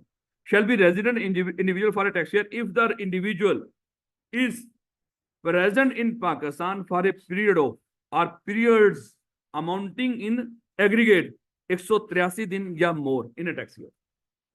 यानी कि एक टैक्स ईयर के अंदर, मान लो नॉर्मल टैक्स ईयर रख लेते हैं मेरे बच्चे। नॉर्मल टैक्स ईयर कहां से शुरू होगा? 1 जुलाई 30 जून, ऐसे मेरे बच्चे। और ये है 2024, तो टैक्स ईयर क्या होगा? 2024। अब इस साल में एक मिस्टर ए, वो आया पाकिस्तान में, चला गया, आया पाकिस्तान में, चला गया, आया पाकिस्तान में, चला गया, लेकिन हुआ साल के अंदर अंदर ही। अच्छा, इसका जितने जितने दिनों का स्टे होगा, या आया पाकिस्तान में, गया ही नहीं। अब देखेंगे वो आया कब है और कितने दिन उस साल के अंदर, टैक्स ईयर के अंदर वो कितने दिन पाकिस्तान में रुका। एक ही दफा आया और शायद वो गया ही नहीं बाद में। वो आया ही क्या है, अज्यूम कर लो वो आया, चले चले पहले ये एग्जांपल नीचे वाले देखिएगा। वो आया पाकिस्तान में मिस्टर ए, और पाकिस्तान से गया ही नहीं। लेकिन हमने कहां से कहां तक देखना है? टैक्स ईयर 2024 के लिए देखना। और ये कहां से शुरू है? 1 जुलाई 2023 से लेके 30 जून 2024 तक। अच्छा मेरे बच्चे, हमें पता चला ये मिस्टर ए जो पाकिस्तान में आया, ये आया है, अज्यूम कर लो 30 मई को, 30 मई 2024 को पाकिस्तान में आया। अच्छा, पाकिस्तान में एक बंदा आए, 183 दिन या उससे ज्यादा पाकिस्तान में रुके एक साल के अंदर, टैक्स ईयर के अंदर। कितने दिन? 183, कम से कम कितने दिन हो? 183। 183 डेज के लिए वो पाकिस्तान में रुका हो या इससे ज्यादा, वो हमारे लिए रेजिडेंट है। अब देखो, ये 30 मई 2024 को आया, तो कितने दिन रुका होगा? जून 30 दिन और 1 मई का 31। अगर वैसा, चलो 30 मई भी बीच में शामिल करा, अभी असूल देखेंगे वो कौन सा दिन काउंट करना है, कौन सा नहीं करना। तो टोटल 32 डेज में पाकिस्तान में रुका, अगर देखा जाए शायद 32-33 दिन। तो मतलब 183 दिन तो नहीं रुका इस टैक्स ईयर में। इस टैक्स ईयर में वो क्या होगा? अच्छा, अगला पूरा साल जो टैक्स ईयर 2025 था, वो पूरा साल यहीं पर है, पक्की बात, वो क्या बन जाएगा? रेजिडेंट। यानी कि अगर, चलो ये तो एक दफा आया, गया ही नहीं। एक वो बंदा जो ऊपर चक्कर लगा रहा था, है, 30 दिन रुका, 50 दिन रुका, 60 दिन रुका, 10 दिन रुका, 1 दिन रुका, 2 दिन रुका। तो हम क्या करेंगे, इन ये जो वक्तन फक्तन जो पाकिस्तान में रुका है, इन सबको एग्रीगेट करेंगे, देखेंगे 183 दिन बने। अगर तो 183 दिन बन गए इसी एक टैक्स ईयर में, अगर 83 दिन बन गए 183 डेज, तो ये पाकिस्तान का क्या कहलाएगा? रेजिडेंट। यानी कि किसी भी इंडिविजुअल का पाकिस्तान का रेजिडेंट होने के लिए क्या शर्त है? उसका पाकिस्तान में एक टैक्स ईयर में जो उसका है, जो उस बंदे का टैक्स ईयर है, किसी का स्पेशल भी हो सकता है, किसी का नॉर्मल भी, जो उस बंदे का टैक्स ईयर होगा, आपने उस टैक्स ईयर के अंदर उसको देखना है कि पाकिस्तान के अंदर 183 दिन रुका या नहीं। अगर तो 183 डेज पाकिस्तान में रुका है तो वो रेजिडेंट, अगर नहीं रुका तो नॉन रेजिडेंट। मुश्किल बात तो नहीं हो रही। चाहे वो चक्कर लगा रहा हो, तो फिर क्या करोगे? एग्रीगेट। अगर वो आया गया ही नहीं, फिर वो वैसे कैलकुलेट कर लो जो टोटल उसके डेज से। ठीक हो गया मेरे बच्चों? तो क्या है, सबसे पहले इंडिविजुअल का रेजिडेंशियल स्टेटस चेक करने के लिए क्या चेक करना पड़ेगा? Resident in Pakistan for a period or periods, एक ही दफा आया या वक्तन फक्तन आया, और वो जमा किए हमने, वो कितने दिन बन गए? 183 दिन या उससे ज्यादा, तो हमारे नजदीक क्या है, वो रेजिडेंट इंडिविजुअल। अच्छा, ये तो आम बंदे के लिए। लेकिन अगर कोई बंदा हो, is an employee or official of the federal government or provincial government posted abroad in the tax year, ये जितने गवर्नमेंट के एम्प्लॉइज होते हैं ना, जो मुल्क से बाहर अपॉइंट किए जाते हैं, अम्बेसी शम्बेसी या बाकी जगहों पे, जो गवर्नमेंट की तरफ से किसी बाहर काम कर रहे हैं, गवर्नमेंट के बिहाफ पे किसी और मुल्क में काम कर रहे हैं, वो गवर्नमेंट के एम्प्लॉय। और गवर्नमेंट कौन सी, प्रोविंशियल या फेडरल, ये हमेशा रेजिडेंट ही होते हैं। एक बंदा 5 साल से इंडिया में, पाकिस्तान की एम्बेसी में वहां, तो मेरे बच्चे, अगर वो 5 साल से इंडिया में बैठा हुआ और पाकिस्तान में कभी आया ही नहीं, लेकिन है फेडरल गवर्नमेंट का एम्प्लॉय, वो पाकिस्तान का क्या कंसिडर होगा? रेजिडेंट ही कंसिडर। अब आप कहेंगे सर ये क्या हुआ, इस बंदे को बेचारे को पाकिस्तान की इनकम भी और बाहर की इनकम भी, आगे इनको और बड़ी सहूलतें हैं, इस बार को गोली मारो और एग्जाम्पशन बथेरी मिल जाएंगी। फिलहाल हम सिर्फ रेजिडेंशियल स्टेटस देख रहे हैं। और इसकी कौन कौन सी इनकम टैक्सेबल होगी? पाकिस्तान की भी और वर्ल्ड वाइड जो भी है। याद रखोगे इसको। अभी तक उसने 2 तरह के लोगों का रेजिडेंशियल स्टेटस बताया कि वो रेजिडेंट होंगे। कब? आम बंदा पाकिस्तान में एक टैक्स ईयर में कितने दिन रुके? 183 डेज, एक ही दफा या वक्तन फवक्तन। और जो गवर्नमेंट का एम्प्लॉय हो, चाहे फेडरल गवर्नमेंट हो चाहे वो प्रोविंशियल गवर्नमेंट हो, इसके एम्प्लॉय कहीं और किसी और मुल्क में इनके बिहाफ पे काम कर रहे हो, वो पाकिस्तान के हमेशा ही क्या कंसिडर होंगे? रेजिडेंट। चाहे वो एक साल में कभी भी पाकिस्तान में ना आए, वो क्या कंसिडर होंगे? रेजिडेंट। पहले पढ़ रहा है ये बात, ना भी पढ़ रही हो, कानून है, ये याद करना पड़ेगा। मैंने पहले कल भी आपको बताया था मेरे बच्चे, टेक्स्ट के अंदर कोई कॉन्सेप्ट नहीं है, सिर्फ समझाने के लिए हम थोड़ी सी आसानी पैदा करते हैं। अगर आसानी पैदा हो गई और आपको बात समझ आ गई तो याद रखना आसान होगा। आसानी पैदा हो ना हो, याद करना ही करना है, और जैसे है वैसे याद करना है। याद रखोगे? कोई बंदा पूछ ले, अच्छा बता, गवर्नमेंट के एम्प्लॉय रेजिडेंट होते हैं नॉन रेजिडेंट होते हैं? आप कहेंगे तू बता वो आया कितने दिन है? वो चपेड़े पड़ेंगी तुम्हें बेशरम है, सारे कॉन्सेप्ट का सत्यानाश कर दिया। गर्मी में चीख चीख के बता रहा था आपको कि इनके 183 दिन काउंट नहीं करने। देखो 83 दिन तो आम व्यक्ति बंदे के थे, 83 दिन क्या थे, 183 डेज के क्या थे, वो आम बंदे के थे। जब उसने कह दिया ये खास बंदा है, ये गवर्नमेंट का एम्प्लॉय है, ये पाकिस्तान में आए ना आए गवर्नमेंट का बंदा है, तो हमेशा क्या कंसिडर होगा? रेजिडेंट। अच्छा, ये बड़ा ना, ये कोई 2-3 अटेम्प्ट पहले ये पॉइंट ऐड हुआ है। अच्छा, आप जैसे फिर सियाने, पता लोगों को क्या कहते थे? अच्छा, आप टैक्स प्रैक्टिशनर हो, मैं आपके पास आया हूँ, मैं कह रहा हूँ कि सर वो देखो ये कितना जुल्म है, मुझे बाहर की इनकम के ऊपर भी टैक्स पे करना पड़ रहा है। आप कह रहे हैं कि सर रौला ही मुकाते हैं। देखो, आप पाकिस्तान में 183 दिन रुकोगे, तो तब आप पाकिस्तान के रेजिडेंट होंगे, तब आप बाहर की इनकम के ऊपर पाकिस्तान में टैक्स पे करोगे। सर कितने दिन हो गए पाकिस्तान में? वो कहता है कि सर उस लिहाज से तो मेरे आज बन रहे 182 दिन। आप कहेंगे आज रात को 12 बजे तक निकल जाए यहाँ से। आपने क्या किया? उसको 182 दिन हुए थे, यहां से पाकिस्तान से निकाल दिया। अच्छा, अगर पाकिस्तान में आप, वो बंदा क्या है 182 दिन, कहता है a citizen of Pakistan who is not present in any other country for more than 182 days. अच्छा, चलें, ये मैं आपको बताता हूँ। तो आपने पाकिस्तान से उसको क्या कर दिया? 182 दिनों पे निकाल दिया। अब आपने कहा कि देख तेरा टैक्स ईयर के आखिरी दिन तक तो पाकिस्तान में वापस ना आएगा, उसके बाद आ जाए। अब बताओ, वो पाकिस्तान का रेजिडेंट है? नहीं। अच्छा, वो बंदा दुनिया में कहीं ना कहीं तो घूम रहा होगा ना, कहीं ना कहीं तो फिर रहा होगा। अच्छा, वो क्या कर रहा है? वो दुनिया में, वो कहते हैं वो फुदकता फिर रहा है, कभी इस मुल्क में कभी उस मुल्क में, कहीं पे भी रुक के ना। हर मुल्क का अपना अपना क्राइटेरिया रेजिडेंट बनाने का। वो इतना शाना निकला, वो किसी मुल्क का रेजिडेंट नहीं बना। लेकिन पाकिस्तान में उसके, चलो मान लो, कहता कि अगर कोई बंदा पाकिस्तानी हो, कहता है सिटीजन ऑफ पाकिस्तान है, पाकिस्तानी शहरी, लेकिन बेशर्म क्या करता फिर रहा है अपनी बाहर की इनकम को बचाने के चक्कर में मुल्कों घूम रहा है। और पाकिस्तान में टैक्स ईयर में कितने दिन रुका होगा? 182 दिन में, 183 दिन नहीं रुका, जो भी है, क्योंकि 183 दिन रुक जाता, उसके बाद निकल जाता, हमारे लिए क्या था? वो रेजिडेंट था। कहता है कि अगर कोई बंदा हमारा रेजिडेंट भी ना हो, लेकिन हो हमारा नेशनल, शहरी पाकिस्तानी हो, हमारा रेजिडेंट भी ना हो और दुनिया के किसी और मुल्क का रेजिडेंट भी ना बने, फिर वो हमारा ही है। हम उसको, या तो देखो वो दुनिया के, चलो चाइना में जाके वो रेजिडेंट बन गया, चाहे वहां पे 30 दिन थे रेजिडेंट बनने के लिए। चाइना में अज्यूम कर लो, एग्जांपल दे रहा हूँ, चाइना में उन्होंने क्या रखा है, एग्जांपल कह रहा हूँ, ये नहीं कि सच ऐसे ही, वो उन्होंने क्या रखा है, जो बंदा हमारे मुल्क में 7 दिन रुक जाएगा वो हमारा रेजिडेंट है। ये बंदा पाकिस्तान में 182 डेज रुका, है पाकिस्तानी शहरी, और चाइना में मेरे बच्चे वहां पे जाके ये 60 डेज रुक गया, ये चाइना का क्या बन गया, रेजिडेंट। अब वो पाकिस्तान का रेजिडेंट नहीं कहलाएगा, क्योंकि वैसे भी यहाँ पे 182 डेज थोड़ी रुका था। अच्छा, वो पाकिस्तान में 183 डेज नहीं रुका, लेकिन बाकी मुल्कों में भी वो भागता फिर गया, किसी भी मुल्क का रेजिडेंट नहीं बना। तो जो किसी मुल्क का रेजिडेंट ना हो तो फिर पाकिस्तानी अपने शहरी को गोद ले लेते, वो कहेंगे तू हमारा ही है। तो ये बड़ी अजीब सी बात मेरे को, कहते हैं या तो तू कहीं पे टिक के टैक्स पे कर दे, तू कहीं टिक ही नहीं रहा है, जब तू नहीं टिक रहा तो ऐसा बंदा बड़ा तेज बनता है, तो ऐसे बंदा हमारा क्या कंसिडर होगा, रेजिडेंट।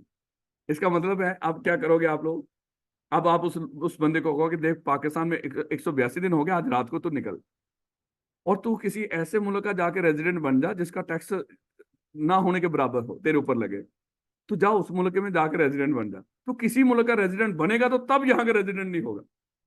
अगर तू है पाकिस्तानी नेशनल, सिटीजन पाकिस्तानी हो, अगर पाकिस्तानी सिटीजन ही नहीं, फिर तो मेरे बच्चे उस पर ये असूल नहीं अप्लाई हो है। अगर पहली शर्त क्या है, वो पाकिस्तानी शहरी हो, और वो अगर पाकिस्तान का रेजिडेंट नहीं बना तो फिर किसी और मुल्क का बने, अगर वो पाकिस्तान का भी नहीं बना और किसी और मुल्क का भी नहीं बना, फिर वो हमारा ही, फिर हम उसको रेजिडेंट ही कंसिडर करें। या यहाँ पे लाके डॉक्यूमेंट दिखा दे, सर मैं फलाने अफगानिस्तान के रेजिडेंट बन गया, इट्स ओके। तो फिर वो पाकिस्तान में 183 डेज नहीं रुका था, तो फिर पाकिस्तान में रेजिडेंट कंसिडर नहीं होगा, क्योंकि अफगानिस्तान में बन गया वो। याद रखोगे इस बात को।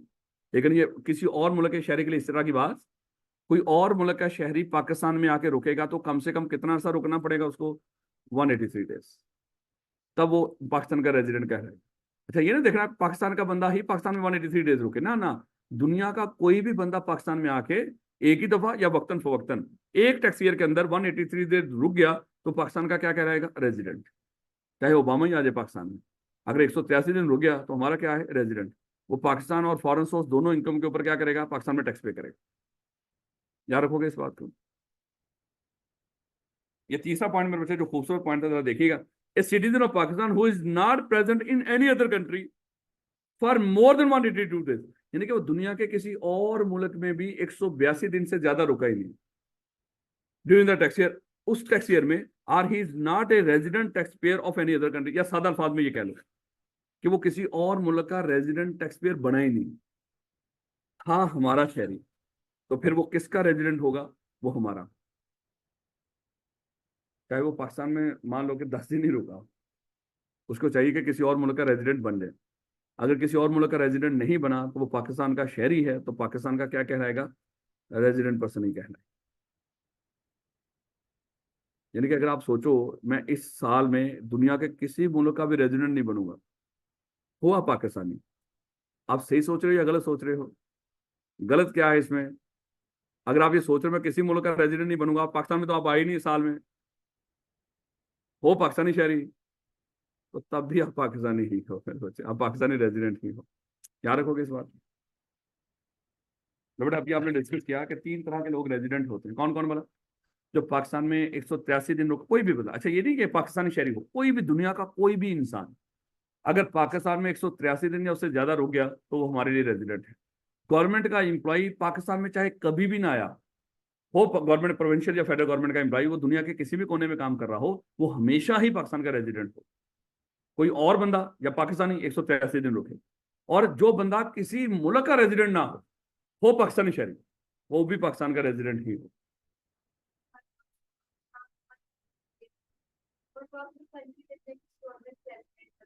बेटा पॉसिबल नहीं, आप कह रहे हैं पाकिस्तान में भी रेजिडेंट हो जाए, फिर देखो साल में दिन कितने होते हैं, तो सारे मुल्कों ने तकरीबन इतना ही क्राइटेरिया रखा हो, इसलिए तो उन्होंने 182 दिन रखे हैं यहाँ पे। यानी कि वो पाकिस्तान में भी रेजिडेंट नहीं और किसी और मुल्क में भी 182 दिन नहीं रुका। और वैसे भी अगर वो पाकिस्तान में 183 दिन रुक गया तो मेरे बच्चे बाकी जगहों पे वैसे पॉसिबल नहीं कि वो इतने दिन और पूरे कर लेगा, 182 दिन तो हो ही नहीं सकेंगे, किसी और मुल्क का तो रेजिडेंट हो ही नहीं सकेगा। अब दोबारा सवाल मेरे बच्चे कीजिएगा।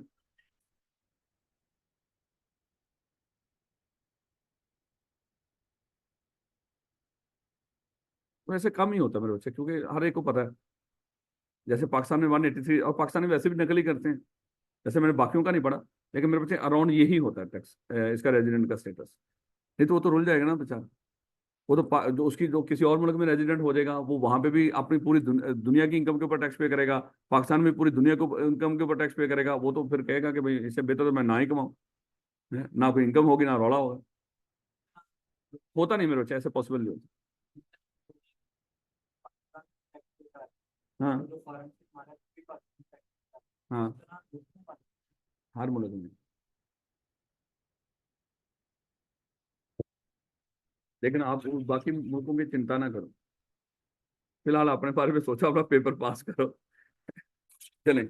द अमेंडमेंट और is made basically for those Pakistani citizen. अब देखो ऊपर इरादा भी बता रहा है कि हमने ये अमेंडमेंट क्यों किया। एक तो ये जो जो किसी मुल्क का रेजिडेंट नहीं होगा, हमारा होगा। कहते the amendment is made basically for those Pakistani citizen who do not stay in one country for 182 दिन and remain non resident for all countries they rigid during the year. यानी कि वो सारे मुल्कों के, दुनिया के ममालिक के लिए वो नॉन रेजिडेंट ही रहे, तो फिर ऐसा बंदा हमारा रेजिडेंट ही हो।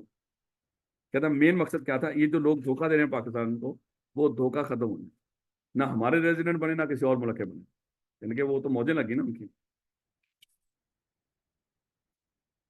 Rule 14 of income tax rules 2000 states the method for computing the number of days. अब मेरे बच्चे हम इसकी बात करने लगे, ये जो 183 दिन काउंट करते हैं, ये मेरे बच्चे रूल 14 में बता रखे हैं। रूल याद नहीं रखना, बस ये तो आगे जो चीजें हैं वो याद रखनी है, बस ये बता रहा है ये जो 183 दिन कौन सा दिन काउंट होगा कौन सा नहीं होगा, इसके मेरे बच्चे रूल्स बताने लगे।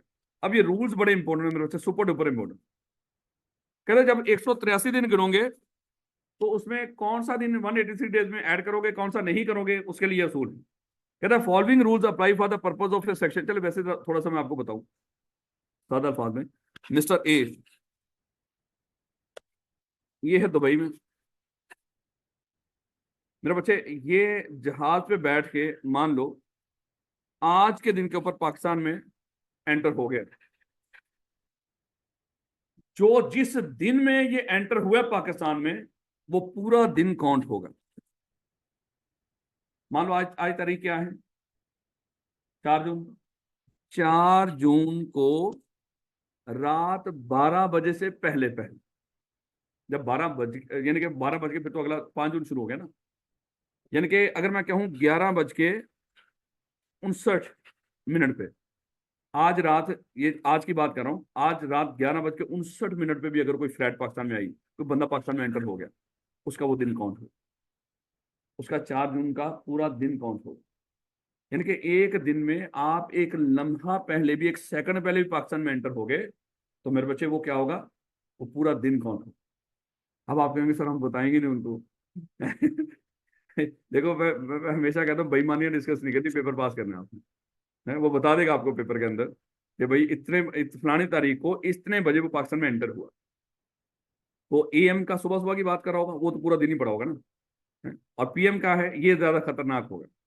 जैसे अभी मैं बता रहा हूँ 11:59 PM पे मेरे बच्चे को पाकिस्तान में एंटर हुआ है, इसका मतलब क्या हुआ, और तारीख क्या थी, 4 जून। ये 4 जून का पूरा दिन काउंट होगा। अब उसके बाद लॉ कहता है कि जिस दिन, ये टैक्स लॉ ही होता है, जिस दिन वो पाकिस्तान से रवाना हो। अच्छा, रवाना हम कहते हैं वो 30 जून को हुआ है, और 30 जून को रात 11:55 पे हुआ है, तो 30 जून का पूरा दिन काउंट होगा। चलो ये तो सर वैसे ही बनता है, उसका पूरा दिन गुजर गया था, चलो गोली मारो। हम सुबह करते हैं यहाँ पे जाते वक्त। सुबह मेरे बच्चे रात को जैसे ही 12 बजे के एम हो जाता है ना, 12 बज के 1 मिनट पे पाकिस्तान से रवाना हुआ। उस वक्त क्या था, 30 जून शुरू हो गया, और 12 बज के 1 मिनट पे हो गए एम, और वो पाकिस्तान से रवाना हो गया।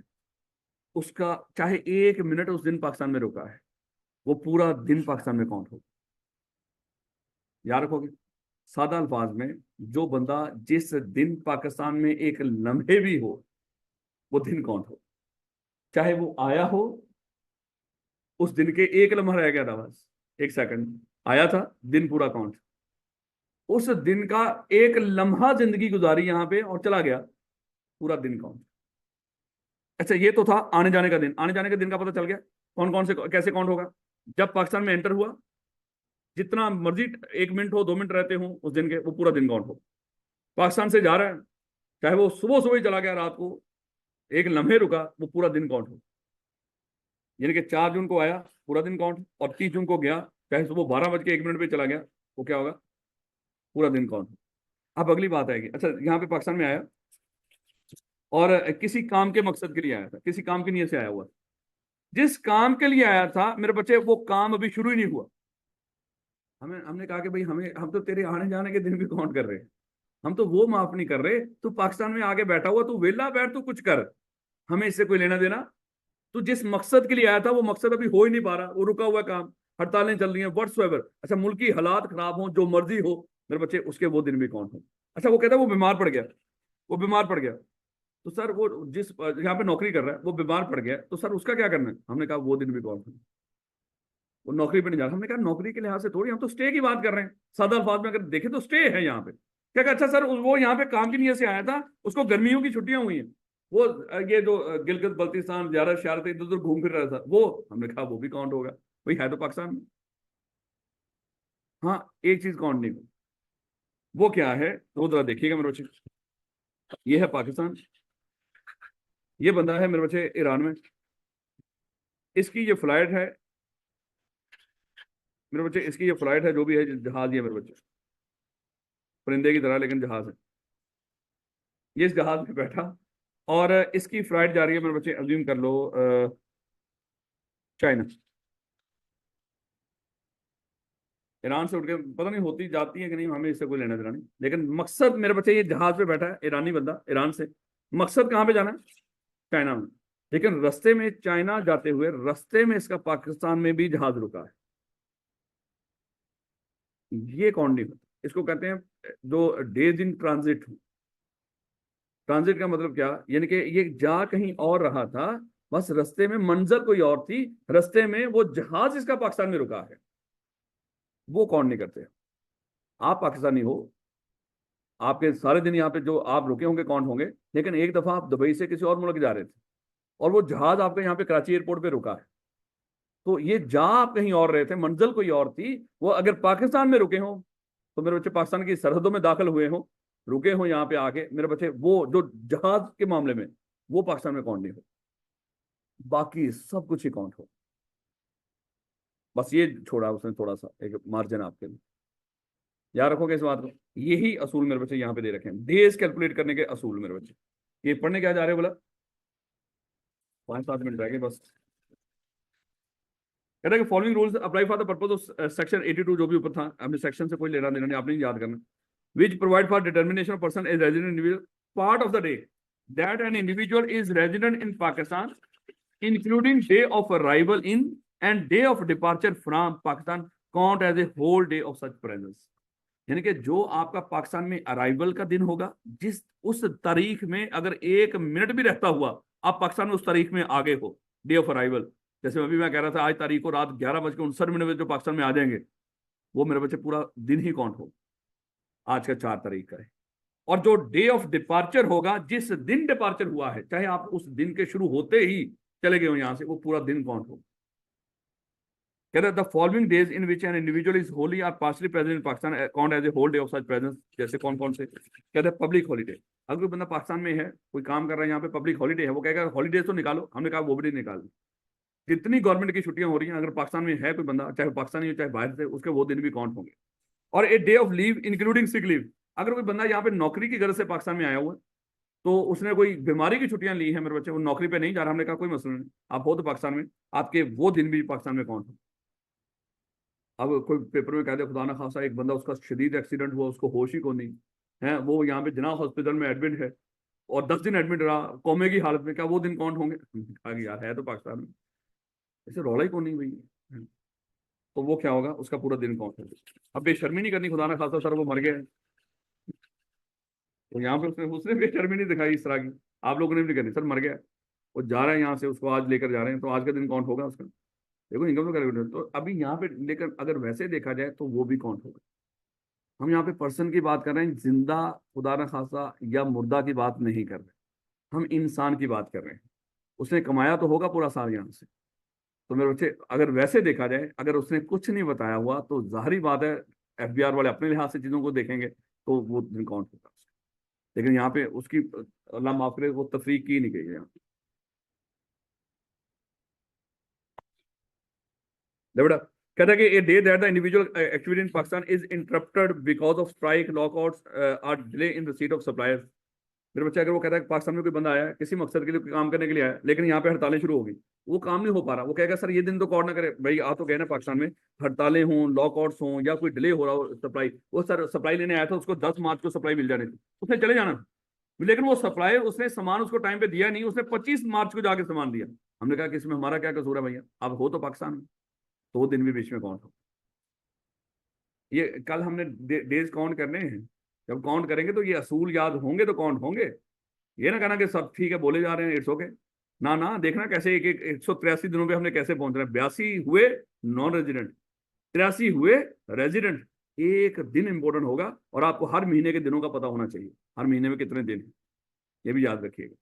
बेटा नेक्स्ट देखिएगा, कहता है कि holiday spend by the individual in Pakistan before during or after any activity in Pakistan. एक बंदा कोई काम करने पाकिस्तान में आया, जिस काम के लिए आया था वो एक्टिविटी अभी स्टार्ट ही नहीं हुई। जैसे अक्सर हम एग्जांपल ले लिया करते हैं, कोई बंदा पाकिस्तान की क्रिकेट टीम को कोचिंग के लिए आया, लेकिन अभी उसने कोचिंग स्टार्ट ही नहीं की। भाई आ तो गया ना पाकिस्तान के अंदर, जब पाकिस्तान में आ गया तो हमने वहां से दिन काउंट करने शुरू कर दिए। याद रखोगे इस बात को। या उसके जो भी एक्टिविटी थी उसने कर ली, उसके बाद 10 दिन और रुका है, भाई हमने एक्टिविटी के लिहाज से थोड़ी काउंट कर रहे हैं, हम तो तेरे स्टे के लिहाज से देख रहे हैं। अगर है, चाहे वो काम करने से पहले रुका हो पाकिस्तान में, काम करने के बाद भी कुछ दिन रुका हो, वो सारे दिन काउंट होंगे उसमें। कल मैं रिपीट करूंगा वैसे थोड़ा सा जल्दी टाइम का मैं, क्योंकि ये तीनों मैंने एक दफा थोड़े से बताने हैं आपको।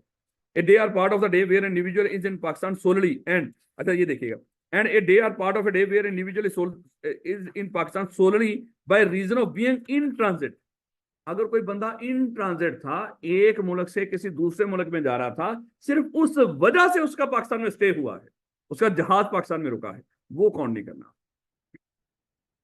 कहता है कि between two different places outside Pakistan, यानी कि पाकिस्तान के बाहर से कहीं वो उसका जहाज उड़ा था और पाकिस्तान के बाहर ही कहीं जाना था, सिर्फ इस वजह से उसका जहाज कहीं पे पाकिस्तान में भी थोड़ी बहुत देर रुका, लेकिन वो कहीं बाहर से ही जहाज उड़ा और बाहर ही कहीं जा रहा है, लेकिन जाते हुए रास्ते में पाकिस्तान में भी रुका। अगर जो कोई जहाज उड़ा ही पाकिस्तान में है वो तो दिन काउंट होगा है? लेकिन हम कह रहे हैं कि वो जहाज पाकिस्तान से नहीं उड़ा, उसको लेके कहीं और मुल्क से उड़ा है, लेकिन रास्ते में उसका पाकिस्तान में स्टे हुआ है, वो पाकिस्तान में दिन काउंट नहीं हो।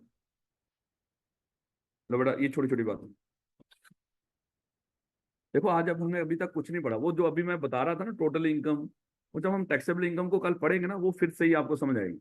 मेन मकसद तो सिर्फ आपको रेजिडेंट और नॉन रेजिडेंट का स्टेटस आज पढ़ाना मकसद था, और उसके लिए जो थोड़ी सी बातें हमने आपको बताई, तो मेरे बच्चे रेजिडेंट और नॉन रेजिडेंट का ये सारा टॉपिक आपने अच्छे तरीके से याद करना है। बाकी वो ना भी देखिएगा, वो मैंने जो अभी टोटल इनकम बता रहा था या फलाना फलाना, इस टॉपिक को याद करना, ये थोड़ा सा आगे जाके आएगा आपको। अच्छा देखिएगा मेरे बच्चे, रेजिडेंट कंपनी, तीन लोगों का आपने रेजिडेंट स्टेटस चेक करना। इंडिविजुअल देख लिया, इंडिविजुअल का 183 दिन, तो गवर्नमेंट का एम्प्लॉई, उसके बाद किसी और मुल्क का नहीं है तो हमारा ही है, लेकिन हो वो पाकिस्तानी सिटीजन। अगर कोई पाकिस्तानी सिटीजन है ही नहीं तो वो दुनिया में किसी का रेजिडेंट, ये ना हो कि ओबामा इस साल में किसी मुल्क का रेजिडेंट नहीं, आप कहेंगे तू हमारा है, ले भाई आपका उससे क्या ताल्लुक। कहता है कि company shall be resident company in Pakistan for a tax year if it is incorporated or found by under any law in Pakistan. एक कंपनी जो पाकिस्तान के कानून के तहत पाकिस्तान में इनकॉर्पोरेट हुई हो, चाहे वो पाकिस्तान में एक दिन भी कारोबार ना करे, वो रेजिडेंट ही होती। अभी जो बच्चे कंपनी लॉ पढ़ रहे थे कौन कौन से बोला, कंपनी एक्ट 2017 के तहत जो कंपनी भी रजिस्टर्ड होगी वो हमेशा क्या होगी, रेजिडेंट ही होगी, वो कभी नॉन रेजिडेंट नहीं होगी।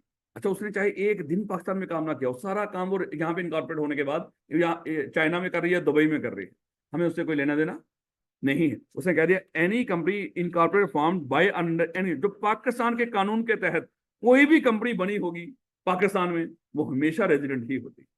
उसके दिन शिन काउंट नहीं करने, याद रखिए, बस देखना बनी कहाँ पे है। पाकिस्तान में बनी है तो हमेशा क्या होगी। अब अगली बात आ गई, लेकिन सर जो कंपनी पाकिस्तान में ना बनी हो उसका क्या करना, ये ऊपर का पॉइंट, जो कंपनी पाकिस्तान में ना बनी हो उसका क्या करना।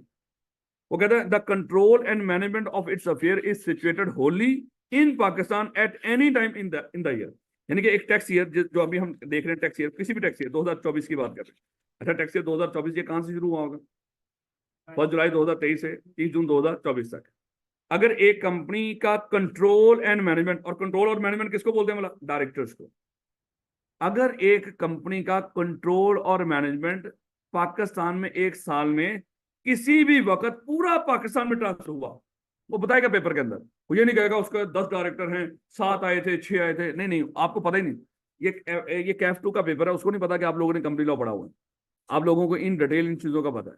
इसलिए वो अल्फाज ही ये बोलेगा कि फलानी कंपनी है, वो इनकॉर्पोरेट हुई है चाइना में, और उसका मैनेजमेंट और कंट्रोल इस साल में फलाने दिन पूरा पाकिस्तान में शिफ्ट हुआ। तो हम क्या बोल देंगे उसको, चाहे वो एक लम्हे के लिए ही क्यों ना हो, हम उसको रेजिडेंट ही कंसिडर। अब यहाँ पे ये तो ट्रांजिट है, ट्रांजिट है, नहीं नहीं, अगर किसी भी कंपनी का मैनेजमेंट और कंट्रोल पाकिस्तान में और फिर situated Holi in Pakistan at any time in the year, उस साल में किसी भी लम्हे, मान लो कि 30 जून आखिरी वो टाइम था, 30 जून का दिन था जब हमारा टैक्सी एंड हो रहा था, और उस 30 जून को रात 11:55 पे एक किसी और मुल्क की कंपनी का पूरा मैनेजमेंट और कंट्रोल पाकिस्तान में आया, तो पाकिस्तान में क्या कहलाएगी, रेजिडेंट कहलाएगी। सिर्फ 5 मिनट के लिए, चलो 5 मिनट को भी गोली मारो 11:59 पे, ये सिर्फ 1 मिनट के लिए याद रखोगे इस बात को, वो पाकिस्तान की क्या कहलाएगी, रेजिडेंट कंपनी कहलाएगी। और उसके बाद कहता है कि ये जो प्रोविंशियल, इसका मतलब है ये प्रोविंशियल गवर्नमेंट और फेडरल गवर्नमेंट को उसने किसमें रखा है, कंपनी की डेफिनेशन। जब हम कंपनी की डेफिनेशन पढ़ेंगे यहाँ पे, इसके मुताबिक वो वहां पे हमें पता चलेगा। लेकिन एक चीज हमें पता चल रही है कि कंपनी का मतलब क्या है, जो पाकिस्तान में इनकॉर्पोरेट हुई हो, जो किसी और मुल्क में इनकॉर्पोरेट हुई हो, और जो पाकिस्तान की ये दोनों गवर्नमेंट्स हैं, फेडरल प्रोविंशियल गवर्नमेंट का ये टैक्स लॉ इसको क्या मानता है, कंपनी, क्योंकि इसको कहाँ पे रखा है वाला, कंपनी में।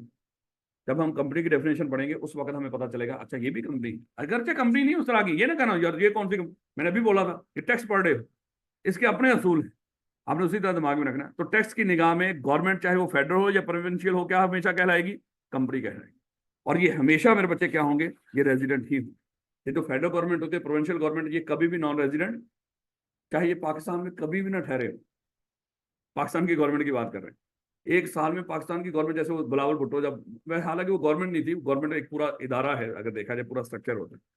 अगर पाकिस्तान की गवर्नमेंट अगर किसी साल में पूरी पूरी की पूरी उठ के यहां से चली जाए, नाराज होकर चली गई, शहबाज शरीफ कह रहा मेरे कोई सुन ही नहीं रहा, मैं जा रहा हूँ इस मुल्क से, मैं कह रहा हूँ 15 रुपये पेट्रोल सस्ता होगा, ये वजारत खजाना मेरी बात नहीं मान रहा, यार हद होगी, उसे 4 रुपये कम किया, ये तो जुल्म है। वो कह रहा है मैं जा रहा हूँ पूरी गवर्नमेंट लेकर, तो वो गवर्नमेंट लेकर चला गया, पिछले 5 साल से जंगलों में रह रहा है पूरी गवर्नमेंट लेकर। पाकिस्तान में वो क्या कंसिडर होंगे, रेजिडेंट। गवर्नमेंट चाहे फेडरल हो चाहे प्रोविंशियल हो, ये हमेशा ही क्या होती है, ये वैसे जा ही नहीं सकती बाहर, लेकिन वैसे ही बात कर रहा हूँ, ये हमेशा क्या होती है, रेजिडेंट होती है। मुश्किल बात तो नहीं। ये अभी आप ये देखो, इसमें सबसे इंपॉर्टेंट चीज ये दोनों पहले वाले पॉइंट है, गवर्नमेंट भी याद रखनी है आपने। पाकिस्तान में बनने वाली कोई भी कंपनी चाहे एक दिन भी पाकिस्तान में काम ना करे, बनी पाकिस्तान के कानून के तहत, वो हमेशा रेजिडेंट। और किसी और मुल्क में कोई कंपनी इनकॉर्पोरेट हुई हो, उसके मुल्क के कानून के तहत वो पाकिस्तान में एक टैक्स ईयर में एक लम्हे के लिए भी अगर उसका मैनेजमेंट और कंट्रोल होली पाकिस्तान में आया पूरे का पूरा, अगर पार्शियल कंट्रोल आया ना मेरे बच्चे, कुछ आया कुछ नहीं, वो नहीं होगा। अगर वो डायरेक्टर्स की बात करें, पूरा बोर्ड ऑफ डायरेक्टर पाकिस्तान में आया, याद रखोगे इस बात को। अगर पार्शियल आया कुछ नहीं, तो उसको कंसिडर नहीं करना मेरे बच्चे, याद रखोगे इस बात को मेरे बच्चे। बस जल्दी जल्दी एक ये देखो, इतनी सी बात है। ये तीसरा बंदा आ गया, और ये कौन है, एओपी। और एओपी में क्या होगा, एओपी शेल बी, एओपी का मतलब क्या होता है, पार्टनरशिप। अभी आपने क्या रखना है, बोला एओपी का मतलब क्या है, पढ़ेंगे इसकी डेफिनेशन, फिलहाल आप सिर्फ इतने दिमाग में रखना। एओपी का मतलब क्या है, पार्टनरशिप, एसोसिएशन ऑफ पर्सन, जहां पे पर्सन आपस में एसोसिएट हों, मिलकर काम कर रहे हैं, उसको क्या बोलते हैं, पार्टनरशिप। यहाँ पे वैसे बोलते हैं एओपी, एसोसिएशन ऑफ पर्सन। कहते हैं कि रेजिडेंट एओपी, कहते हैं OP shall be a resident association of person for a tax year if the, होगी हर टैक्स ईयर के लिए, याद रखना, बार बार बोल दूं, if the control and management of the affair of the association, यानी कि उस एओपी का जो कंट्रोल और मैनेजमेंट है, उसको यानी कि चलाने वाले जितने भी लोग हैं, control and management, is situated wholly or in Pakistan at any time in the year, यानी कि एक टैक्स ईयर के अंदर किसी भी लम्हे एक एओपी का मैनेजमेंट और कंट्रोल पाकिस्तान में किसी लम्हे के लिए होली या पार्शली पाकिस्तान में आया, वो रेजिडेंट होगा। कंपनी के मामले में किसी और मुल्क की कंपनी को पूरे का पूरा मैनेजमेंट कंट्रोल आना जरूरी है। एओपी के मामले में चाहे पूरे का पूरा मैनेजमेंट कंट्रोल चाहे पार्शल आया, तब भी वो रेजिडेंट ही कंसिडर। 183 दिन नहीं काउंट करें, बस एक लम्हे के लिए भी आगे हो उससे, वो क्या कंसिडर होगी, रेजिडेंट। अब यहाँ पे दो बड़ी अहम बातें होंगी। कंपनी के मामले में कंट्रोल कैसा आना चाहिए, होली या पार्शली, होली। और एओपी के मामले में कंट्रोल, पाकिस्तान में कंट्रोल मैनेजमेंट कैसा आना चाहिए, होली या पार्शली। ये बड़ा अहम है मेरे बच्चे, इसको कंफ्यूज करोगे आप भूल भी जाओगे आगे जाके। यहाँ तक मेरे बच्चे आपने अच्छे तरीके से इसको रीड करके आना है। कल इंशाल्लाह इसके जो आई कैप के सवाल हैं वो करेंगे, फिर समझ आएगी और आप पता चलेगा आपका कि माशाल्लाह आपको ये रेजिडेंट और नॉन रेजिडेंट वाला आया भी कि नहीं। तो इंशाल्लाह कल मुलाकात होगी। Thank you. कोई वीडियो नहीं जा रही थी, शुक्र है आवाज तो थी, बगैर वीडियो की सारी गई। और ऑनलाइन वाले बच्चों बता दिया करो मेरे बच्चा अगर कोई तस्वीर ना आ रही हो, आप लोगों ने बताया नहीं। कोई सवाल नहीं सर, अभी हमें खुद नहीं कुछ आता, हमसे सवाल क्या करें। कल मेरे बच्चे इंशाल्लाह कल सही और अच्छे तरीके से मेरे बच्चे हर रोज काम कीजिएगा। यकीन कर लो इंशाल्लाह इतना ही आसान होगा जितना अभी शुरू में है। सब खाक आसान है, समझ कुछ आ नहीं रही है, आ जाएगी इंशाल्लाह।